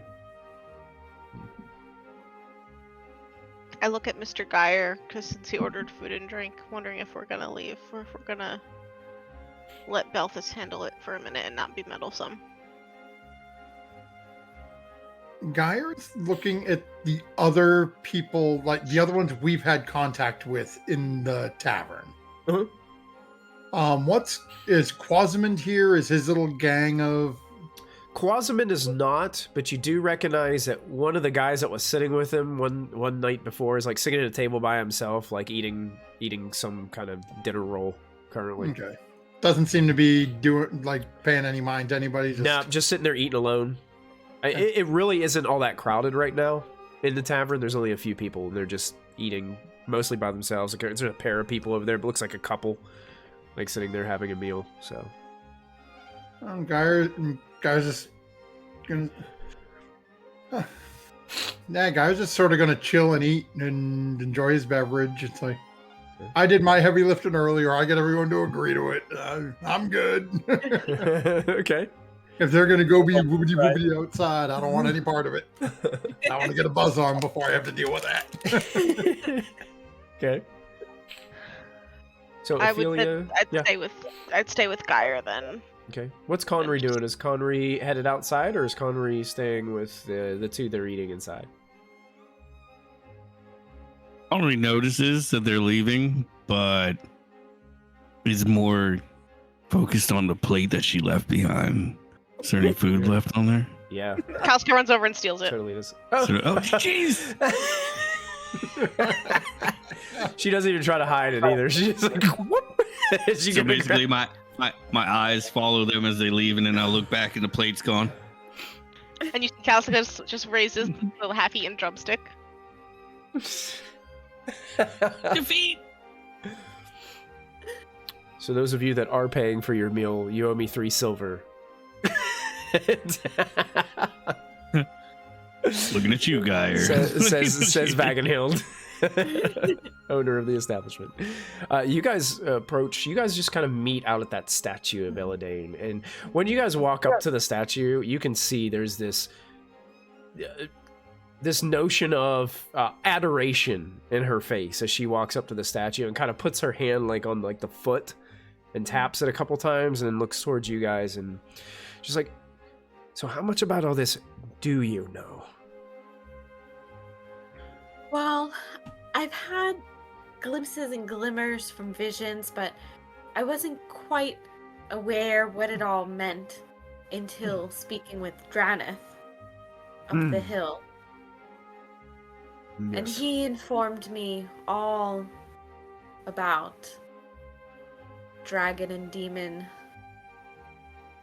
And you trust him? Yes, I do. Okay, well, I was sent here for one thing, and that is to stop Azrael Koth.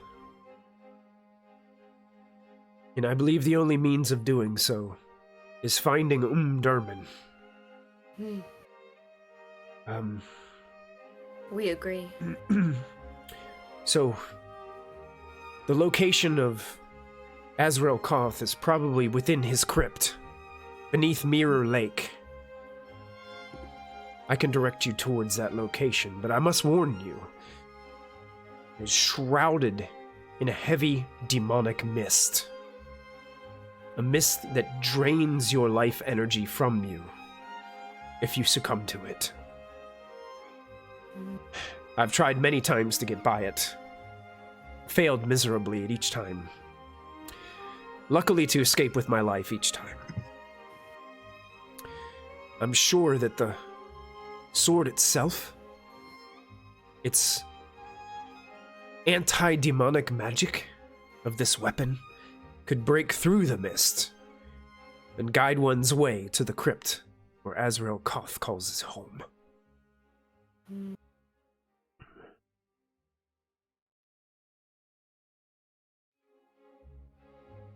But I've been unlucky in finding information about how to find the sword.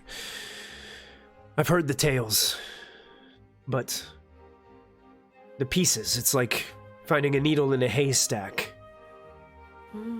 Got this whole territory to scour for these relics. I'm only one person. Well, perhaps you could join us. Or assist us in some way. Do you know who else is trying to defeat or prevent him from rising as well? Maladuk. Maladuk. The Shocking as it sounds. The Orc Chieftain? Yes, she does not want him to rise either. She's That's- offered an alliance with Outskirt in order to fight and prevent against the darkness. This is shocking and surprising, but it is very good news. I know. We're supposed to help her kill some kind of water dragon as well. A water dragon. A fearsome beast. Indeed.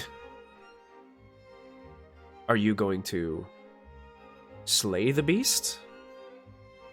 The idea. And in doing so, it may also help achieve our aims. Well, I believe that I could assist in some ways. Is there any way that I can help? Well, we were considering going north, and it sounds like we may have to pass the Mirror Lake, but I'm not sure if we'd be able to right now from what you've just told us. No. But we may have to return. We were thinking if we didn't return to Bolthild's Lode, we may send a messenger of some kind to speak with Maladuk and let her know that the people of Outskirt were interested in an alliance. Otherwise, I guess we'll have to just go back and kill a water dragon. Perhaps you could assist with any of that. Well, I'm going to be 100% honest with you. Slaying a water dragon isn't something that I'm interested in doing this afternoon. Either. Your loss. She kind of smiles at you about this. And she looks at you, but is there... I mean, I guess if you're planning to go north, is there a way I can assist you? Yes, you should travel with us. You want me to travel alongside you? I think you would be a wonderful asset. I just worry about the people here at Outskirt, too. And I'm afraid that if I leave, I'll be missing out on some important information. That could lead me to more clues on where I could possibly find any hint of where these pieces could be, these artifacts. Do you know who's looking for the pieces as well? Like, I can't pinpoint. That duck. It's gotta be that duck. Well, she looks off in the distance when she says that with this, like, it's like, it's gotta be that duck. I don't trust Leonora or Vagenhild. Vagenhild, the proprietor of Three Stags? Yes, you know how I mentioned I can see things? Yes. Well, she overheard us speaking about all of this after we saw Draneth one evening. When we didn't know she was outside the tavern. She's like confused at this, and she looks at you, she's like, I know no one in town named Leonora. Oh. Oh, well, shit, that's it's name, didn't she? That's her real name. What is who? Vagenhild? The owner Annabella. with the. I'm not there. I'm not there. I'm just saying stuff. You're currently being Tenumeral's mental her thoughts like popping up in her brain. Her conscious is telling her. I grabbed my pen for tonight, so I started taking notes, and now I have lost it. Annabella, you mean the maid? Her name is Leonora? Yes. She claims that she is part of some historical order seeking to collect those pieces as well to unify them for historical and academic purposes. However, I don't trust her one bit. So after she approached us for this, she went back in the tavern and I used my skills to follow her without following her and see who she spoke to. And she spoke to that duck. And asked him to tail us and make sure that it's done. I have a suspicion that her order is not the Order of Eladin. It's definitely not, and I wouldn't trust anyone that has to use a fake name. My thoughts exactly. However, she's been giving us some leads. She thinks we're her lackeys. Well, perhaps we can use this to our benefit. That's what we've been thinking. If we find anything, we don't plan on surrendering it to her.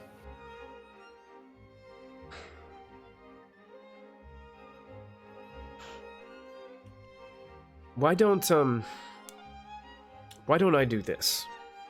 I don't think I'm at a point in my duties to be able to go adventuring with you, but I could offer you this.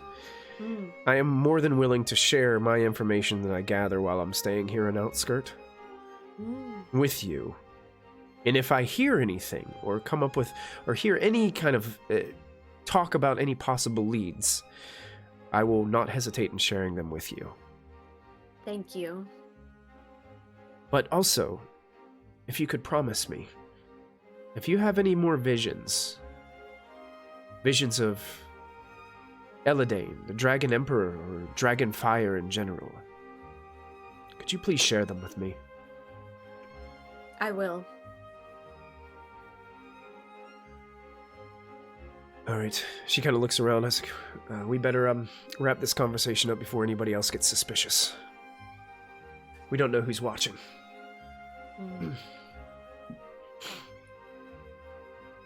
She kind of like gives you guys a nod and like a half bow, and then moves away and sort of like heading back towards the tavern. Yeah.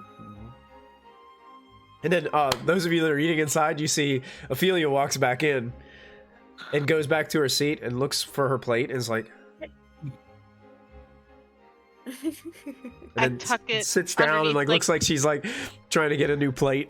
I like put it on like the chair, like the seat of the chair across from me, like so it's not like it's visible on the tabletop. Like someone else did it. Thought she had left for the day. Geyer, without having any idea what just went on outside, well, she's walking in looking forward to this point now. Well, that's the other Maladuk. He grabbed the plate and ran out back with it. She just takes a glance over towards you and just kind of shakes her head and then sits back down and looks like she's just waving for some more food to be delivered to her. Unbelievable mallards. I'm gonna go get some air. Casca runs out. She doesn't want to get caught having eaten her food, and also she wants to see if Tnumeral and Belthis are left bleeding in the streets because she doesn't know what they'll just. So also, I did unveil the Isle of Mist, which is on your map now, up there at the north of Mirror Lake, which is the location that she was talking about being unable to actually arrive successfully because of the demonic mist that protects the land. So. Guy's gonna just leave his coin and head out as well and find out what's going on. Okay. She didn't stab you guys. Oh no. We like her? I do. Belthis, what do you think? Seems trustworthy and perhaps aligned with our mission as well. Didn't you say that about the other people we spoke with? I'd probably add in, as I'm approaching, we can't just go trusting everybody. If everybody has the same information that we do, we're the ones that are behind. Well, I don't trust Leonora. Or that duck. Well, funny you should say that. I just told that weird woman you were speaking with that the other Maladuk stole her food. Oh, she hates him already. Casca burps. That duck.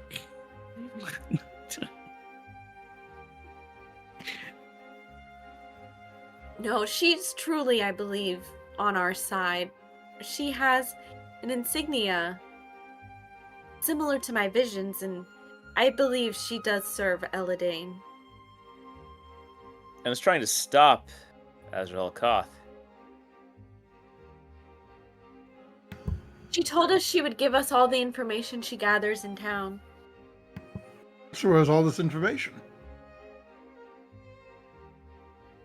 She's What going information? to continue to spy on everybody. Also, she's one of you too? Stay here and learn stuff while we go running around getting stabbed and shot at and fighting things. Well, if she's going to spy on everyone, she must be able to see through walls like that one can. No, she can't do that. I imagine she's probably listening for rumors in the tavern. Maybe that's why she doesn't leave the tavern. She waits for everyone to get drunk and tell their secrets. So how long has she been here? A while. She arrived And she before we hasn't- did because she heard about the new people coming and it wasn't her. So she must So have she- information. You're right. She hasn't accrued anything? I don't think we need to interrogate Tinny about getting all the information up front. I think we need to let Big Lady in Armor listen in on people, and we need to decide what we're gonna do. She will help us later, I think. She just didn't want to fight a snake this afternoon. I'm with her on that. I believe we should be more frugal with our information moving forward. Well, I didn't tell her anything about your information. I only told her about my information. I'm the one with the vision, after all. It's not your visions. And I didn't tell her about our statue pieces, which she's looking for as well. She thinks she told me about the statue pieces. And she told us about where Azrael Koth is. So she knows where it is. Yes, I it's do think she's on enshrouded. our side. It's enshrouded by an evil mist that sucks the life of everyone who passes. But she thinks that the sword that we can uncover from all of the pieces will help someone pass through the evil mist and destroy him once and for all. She doesn't know where the sword is, though, and we do. I didn't tell her that either. Belthus, where is your helmet right now? Dong dong. Geyer's gonna try to steal it off his head. He is taller than you, probably. Yep. Okay. I would say he probably sees this coming. Yeah. If you're just gonna start going like Scrooge McDuck on this guy, just trying to grab his helmet. Okay, do a contested. Gosh, what skill could we use? Sleight of hand.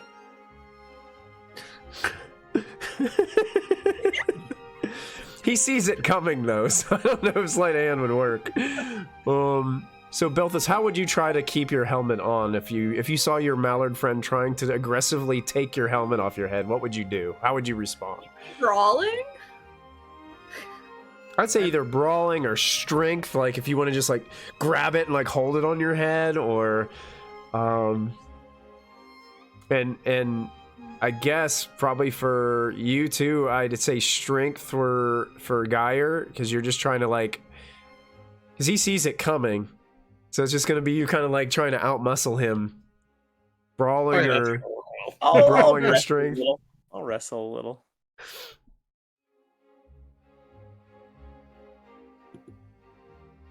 Oh yeah. So Geyer's sitting there, he's yanking. Belthus, it's not moving. Belthus is having no problem whatsoever, like holding this helmet on his head. Sir Mallard, is everything all right? She's been magicked. Put it on her head. Block the magic. I'm using magic right now. No, somebody used it on you. Nobody used magic on me. I would know. Mr. Geyer, why do you think somebody used magic on Tinny? She was telling people things. I think Tinny was trying to make a friend. And then she said the other one could see things. She said she would listen in and spy on people. She didn't say she could see through walls like Tinny. She was quite impressed that I could do that. It's Belthus, creepy. do you think the shiny armor lady is magic? Well, my understanding is that our armor gets in the way of any kind of flow of magic, so to speak. What if it's 3 halflings in a trench coat? Look, as far as I know, the only halflings in this town are me and Barry and his wife and their kids. And none of the kids can stand that well yet because they keep having them back to back, so they don't really stand very well yet. So I don't really think there's that many halflings right now. It'd be awful to be those two halflings in full plate mail that are down below. It's gotta be terrible in there. I think our armored friend strikes me as similar to Marma. Oh, whatever the chieftain's name is.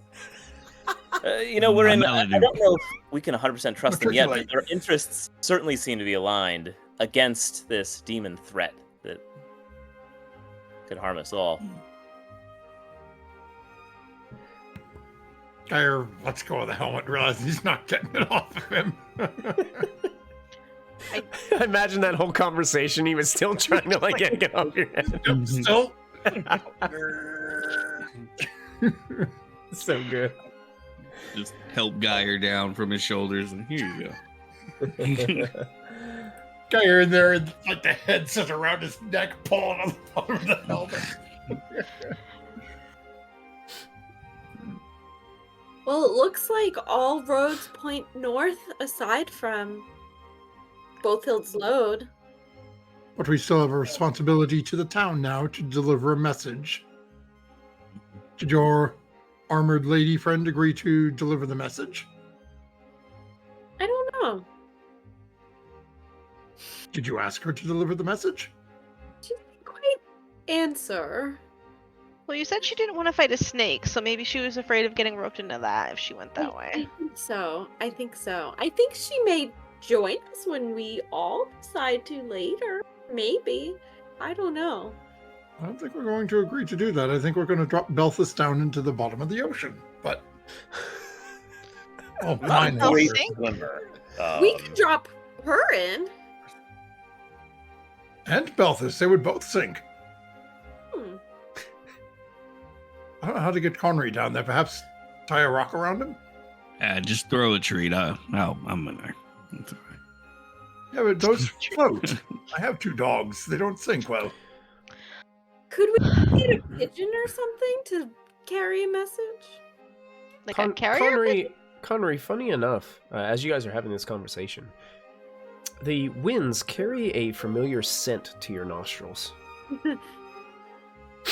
Oh, no. Doc. Stinky feet. Mm-hmm. Very stinky. And it's not you this time, Geyer. I don't wear shoes, so I'm not quite sure what you're getting at. Geyer doesn't have feet. Wait, what? I think they still qualify as me. I have slippers. She means feet with socks on them. He doesn't wear socks. Aren't they web? Flippers? How far? Yeah, how they're far still we called feet. talking? Sorry. Not far. Probably just outside of town. All right. Does Connery just start Connery running? is just gonna bolt. Yeah, you guys see Connery, he goes, his ears perk up. He goes, and then just starts bolting. Mongoose mode. Having 2 dogs, can I try to grab his cloak and just hang on for the ride? Actually, what you hear, like the dogs almost like want to chase Connery too. Like, I grab onto River. Chasing after the dogs. I'll chase after them all. Ching ching ching is the white male. Am I successfully hanging on to River to go for the ride? I would say sure. You're just like, it's cartoon mode where you're hanging onto the leash and you're just flying behind the dog as it's running full speed.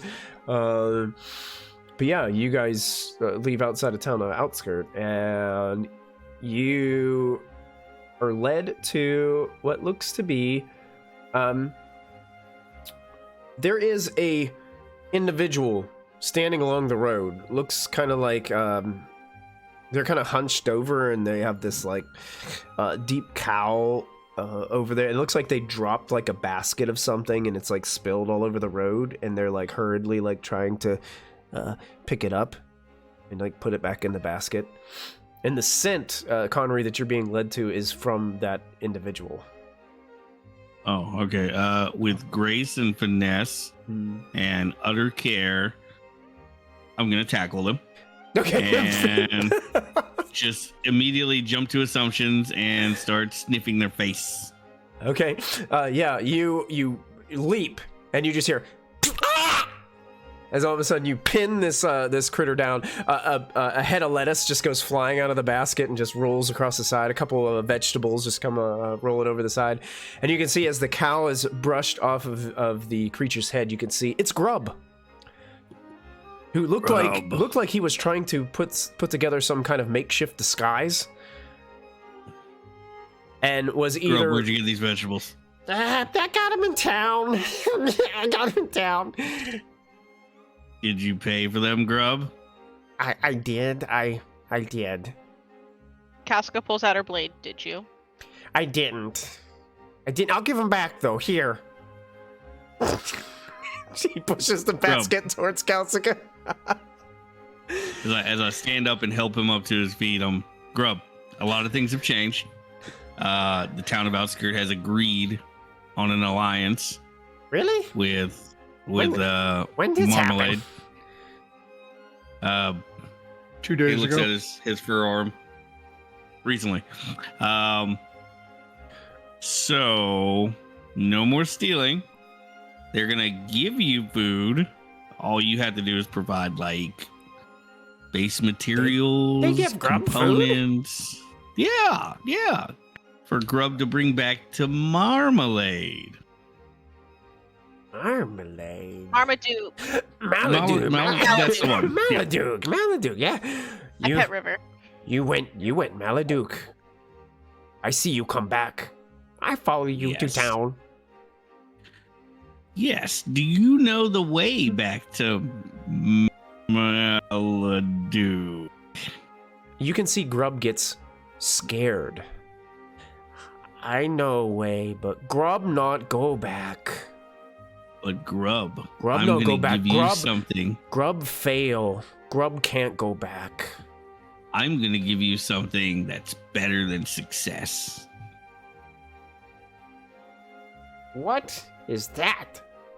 You're gonna deliver the good news that Outskirt has joined the Maladuk Alliance. And yes, I just dubbed it that. Like, I imagine Connery holds up his hand and goes, the Maladuk Alliance, and looks off into the distance. Razzle dazzle. Maladuk. Restaurants are behind with Guyer saying, we're not calling it that. Maladuk I also Alliance. have spirit fingers. What? Okay. But Grub not have treasure that Maladuk wanted from Rittermound. So But Maladuk gonna be mad at Grub. The treasure is This friendship. is the treasure. Think about it. You could have returned with some shinies, but now you've returned with the good news of endless shinies. Make a persuasion roll for me, Connery. Son of a...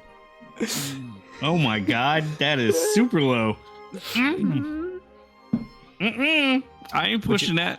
You don't want to push it? You don't want to push it? I mean, look at the number. It's up to you. You Would can't. Connery try to push it, though? No matter what number. Oh, Jesus. No, that didn't work. No, All right, I tried.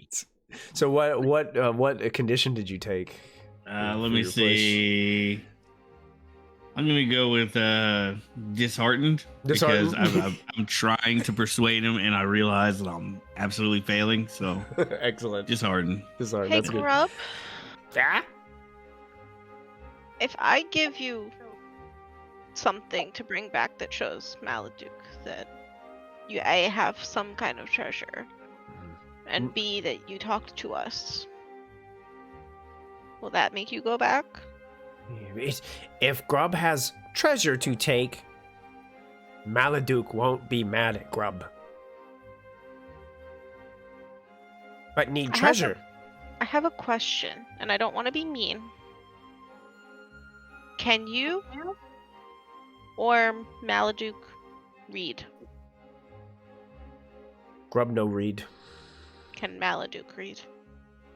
Grub don't know. Grub unsure. Maladuk very smart.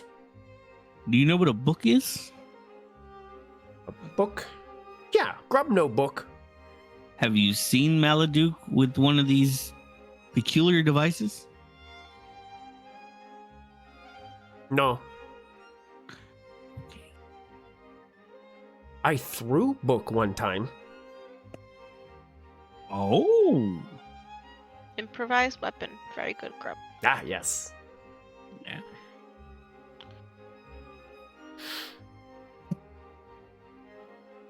If I give you a piece of my treasure, one piece,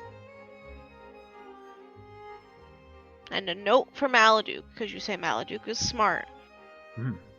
Maladuk, very smart. And you explain to Maladuk, and we did tell Maladuk we met you, so they may believe all of this. That we saw you, and we have to go do some business for the town. But that the alliance is on, and we're waiting on final terms from the town. So please, just everyone, play nice right now. To wait till we come back. Do you think you can do that? If you give me treasure, One Grub. piece. one piece. Grub, do that.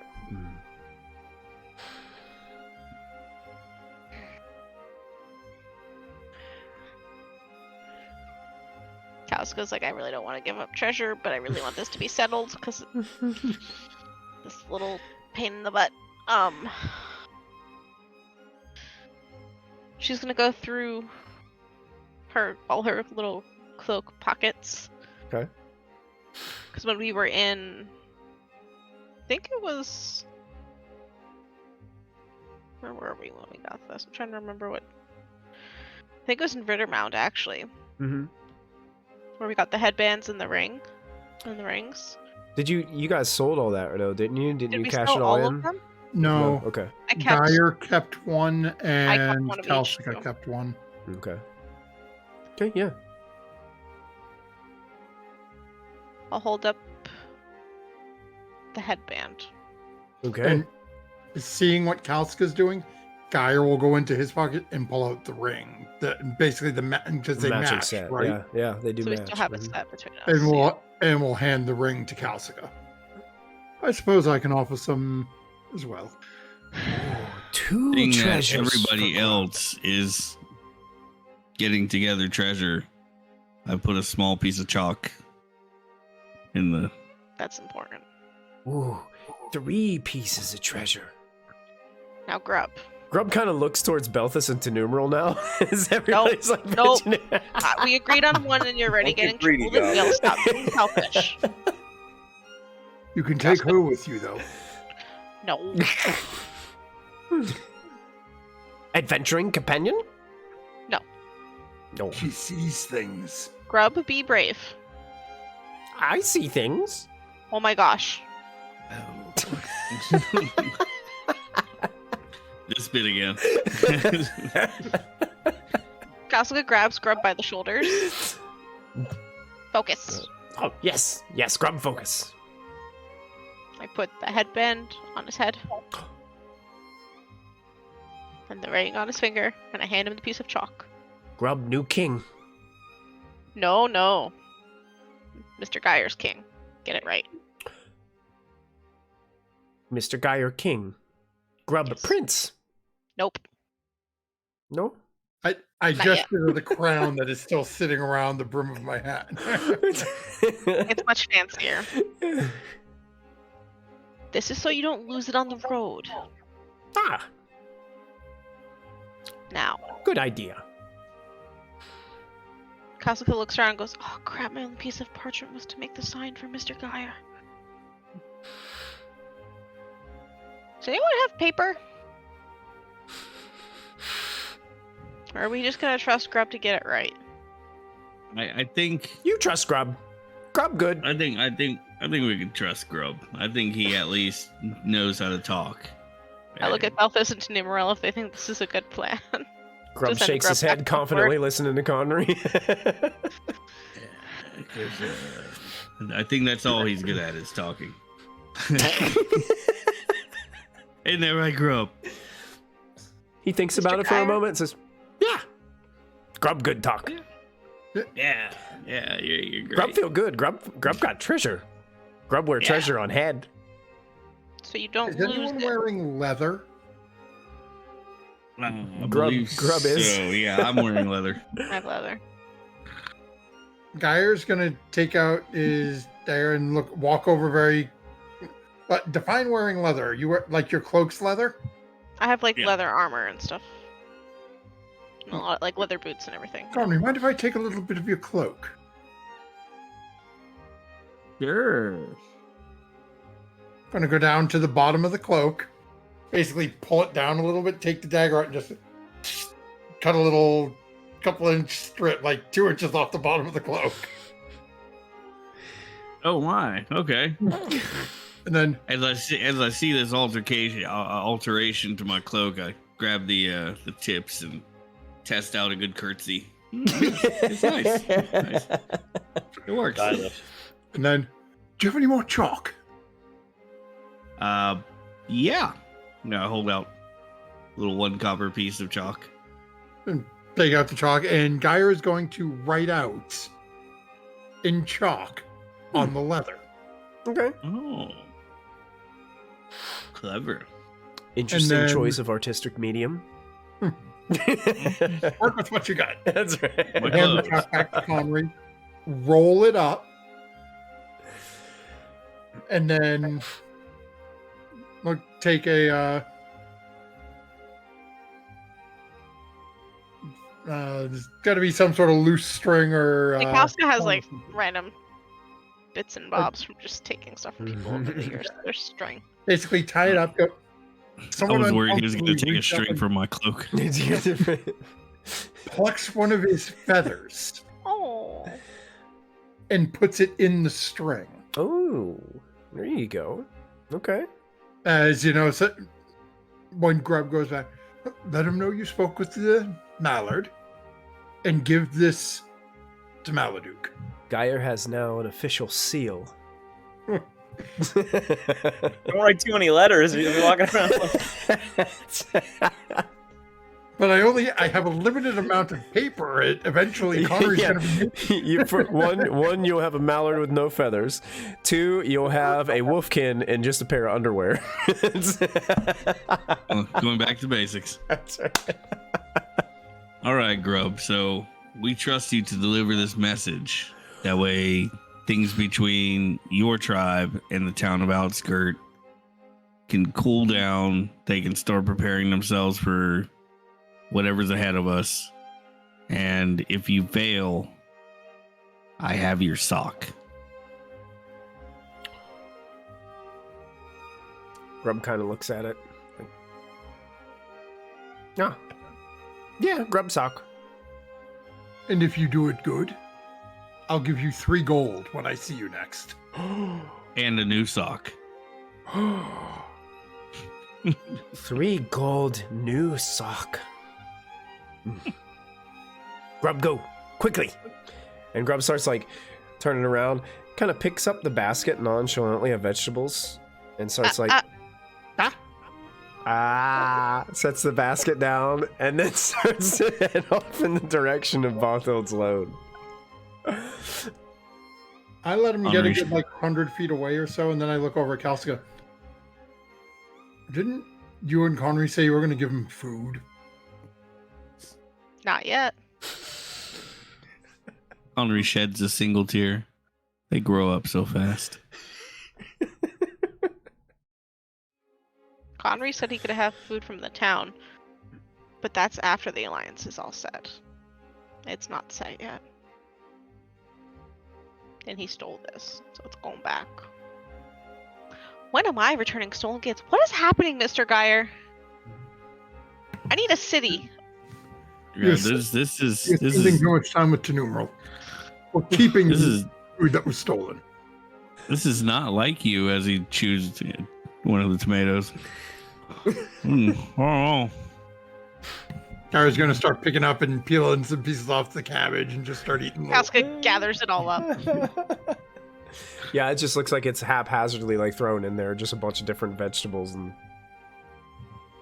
I don't know who it Just round it came up. from, If we bring it to Vagenhild and just say we found it, and we're very, very sorry to wherever it came from. Well, we just put it in our cart and we leave, and we head to the Temple of the Orange Waterfall. I guess it's better than anyone knowing that a goblin stole it on the brink of an alliance. Exactly. Think of the greater good as he takes another bite of the tomato. Destroying the evidence. Where'd the basket come from, though? Is the basket made of metal? No. No, my weakness. All right. I'll put the basket in the wagon when we get back to the wagon. Okay. Yeah. You guys return to the wagon, back into town. And it seems that you have a messenger for Bothild's load. And your companion Grub, who's taking some treasure. Did you guys want to start heading north? Is that where the party wanted to go? Are we going all the way north, or are we... Well, you guys said that the Isle of Mist is surrounded by, well, mist. So, I guess Temple of Purple Flame, and then if we're gonna keep going north, we can try to get that blade fixed somewhere up there in the Dragon Fang Peaks. They said, sorry, out of character, staring at a map because I have bad understanding. It's behind, the cave is behind the falls. So would that be like at the peak of where the I think it's river by starts? the D. Yeah, by the D and Dragon Fang. That looks like the falls. A safe guess as to where we would have to go. And that's my assumption, but the guy told them it was beyond the Dragon Fang Peaks. But So behind that's within the them. falls. That's like right at the start of Yeah, it. but behind the falls is where I would assume. Yeah, maybe beyond means through the cave and Or deeper just in the mountains rather than like at the base of the mountains. This is Here's why we here's people hoping. use magic. They don't speak the common tongue. I think we can ask Draneth before we leave if it's there or if it's somewhere else. We can literally just point to our map. Travel to the realm beyond the Dragon Peak Mountain, behind the orangish waterfall of glowing magma. I think if we just point and say yes or no, he'll also give us a yes or a no. He doesn't seem like... There we go. Yeah, that doesn't seem bad. Just pointing at the map. Here? Be like, friend? No friend. Yes, no. Am I warmer? Am I warmer? Am Am I I getting getting cold? warmer?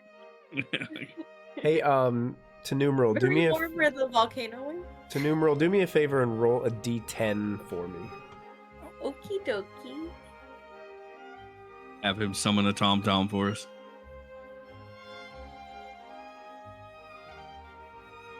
Now, this is for somebody to see Connery walking up with their stolen basket of food. Okay. So Why are you planting the evidence on me?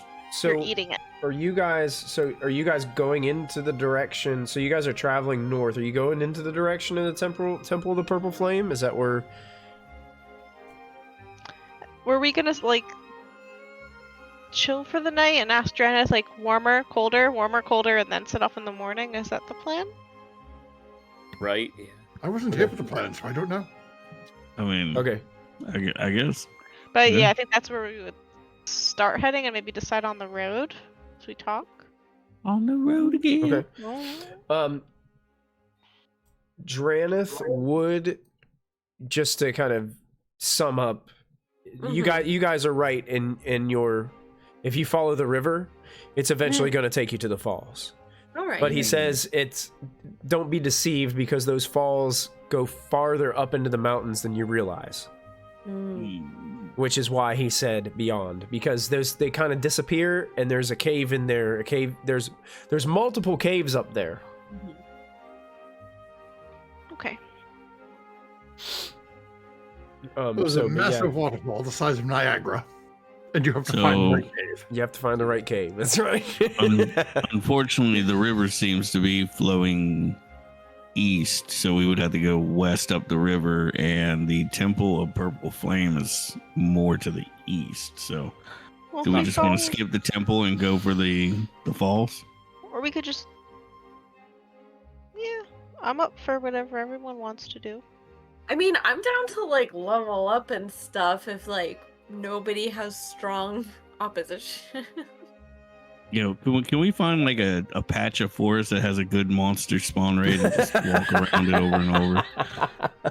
Is that Well, I think too, like, this Final Fantasy VI?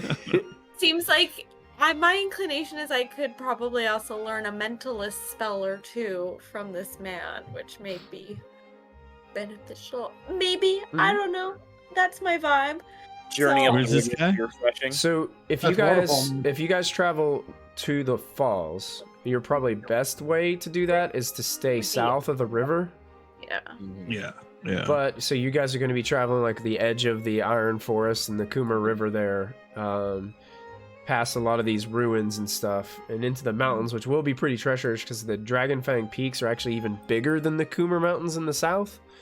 So it's kind of like it's going to be a rough road, and it's going to take you quite a long time. So you got to think about that too, because the distance-wise, it's a lot farther than all these other places. Maybe some good fishing along the river. Temple of the Purple Flame, there is, like you guys were saying before, there is what seems to be a well-established road, or at least one that, you know, could get you there in a timely manner. But after you could even go to the Magna Woods there, and you could even cross through, and even on your way to the mist or the Misty Falls, you could even just inspect the Isle of Mists and the Mirror Lake on your way past. There's those two options as well. So I think this is a DM's way of saying, if you follow the river, you're probably gonna die. So no, I'm just saying it just depends. Do you want the safer route and level up? do you want to spend a lot of time traveling, or do you want to like explore along the way? Those are kind of like your options. So. Yeah, I'm okay with exploring along the way, personally. Well, perhaps we try the temple first, and then come back to town and talk to our friendly shopkeep, and assuming then that maybe we'll find something at the temple that we can sell and give us enough money to purchase a rowing boat and a canoe so we can go up the river in style. Could use a good row, work out the arms a little bit. Looked at Belthus like, oh, he's gonna be tired. Geyer wants to do everything in style. Would we? Right. I don't We bring more money into the economy. It brings us more reputation, and eventually I will become mayor, then governor, then king, then supreme being. Does this vendor just want to travel with us and save himself the time? I mean, we seem to be his main source of income. So I don't know. Maybe he just wants to leave his family. I have literally, Geyer himself has probably dropped over 60 gold on this guy. Can he just rent a room in the wagon? Geyer has definitely supported, and Geyer's gonna be mass producing T-shirts for your group. That I'm already gonna be making these. The logo of the suspicious acquaintances. I'm dubbing that your group name. So I'm all for the temple. I'm okay with it. Mm-hmm. We have enough bread rations to go to the temple and back to town. Oh yeah. We have more bread rations and dried meat rations. Because you're traveling on a road too, it's about the same distance probably as Bothel's Load, maybe a little bit closer. So with a road, maximum day and a half, 2 days to get there. Okay. Can't hurt. Now, do we need to have all-weather tires for our wagon, or is that just standard model? They're just standard, you know. Oh, okay. Yeah. You get the you do get one spare. Driving the people on the sides and shred them. The side of your wagon wheel says Goodyear. So as you guys are traveling, you guys are headed north. I will say a little ways out of town, probably where this like intersection is on this road up here as you guys are moving up. Suddenly, the earth starts to shake violently. The oxen get, the donkeys get a little skittish at the feeling of this just vibration underneath their hooves. It starts to clatter Belthus's armor as you guys are like in the wagon, and this thing, the stuff is just starting to bounce and rattle around. I need each of you to make a will roll against fear. Oh. What does that mean? So you're gonna roll your willpower, and you're trying to score success. And it looks like, wow, and a 1 on there. Looks like everybody.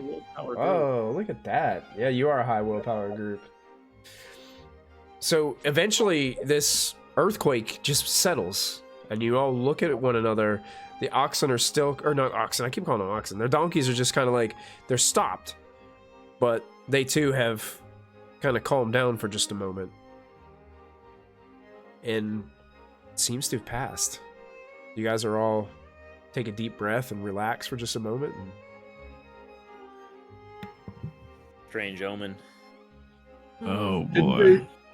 Didn't Tenumeral say that her new friend said that spooky demon person was underground? In some crypt on the island mist place? I believe so. It seems like he's trying to get out, because whatever's causing the ground to shake is probably under the ground. Unless, I mean, Belfast, did you fall off the back of the wagon again?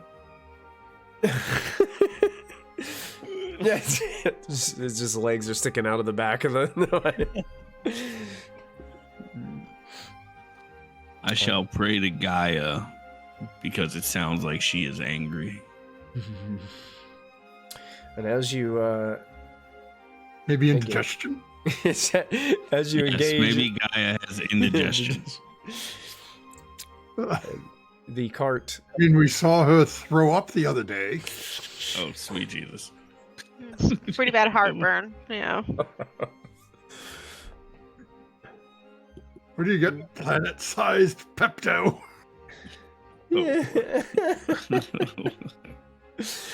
The cart continues north with that comment as you guys continue on. I will say that at this time, you guys are cruising along, and we can see the camera set on the trail as the cart slowly gets farther and farther away, headed north. And that's where we're going to end tonight's episode of Dragonbane, Secret of the Dragon Emperor.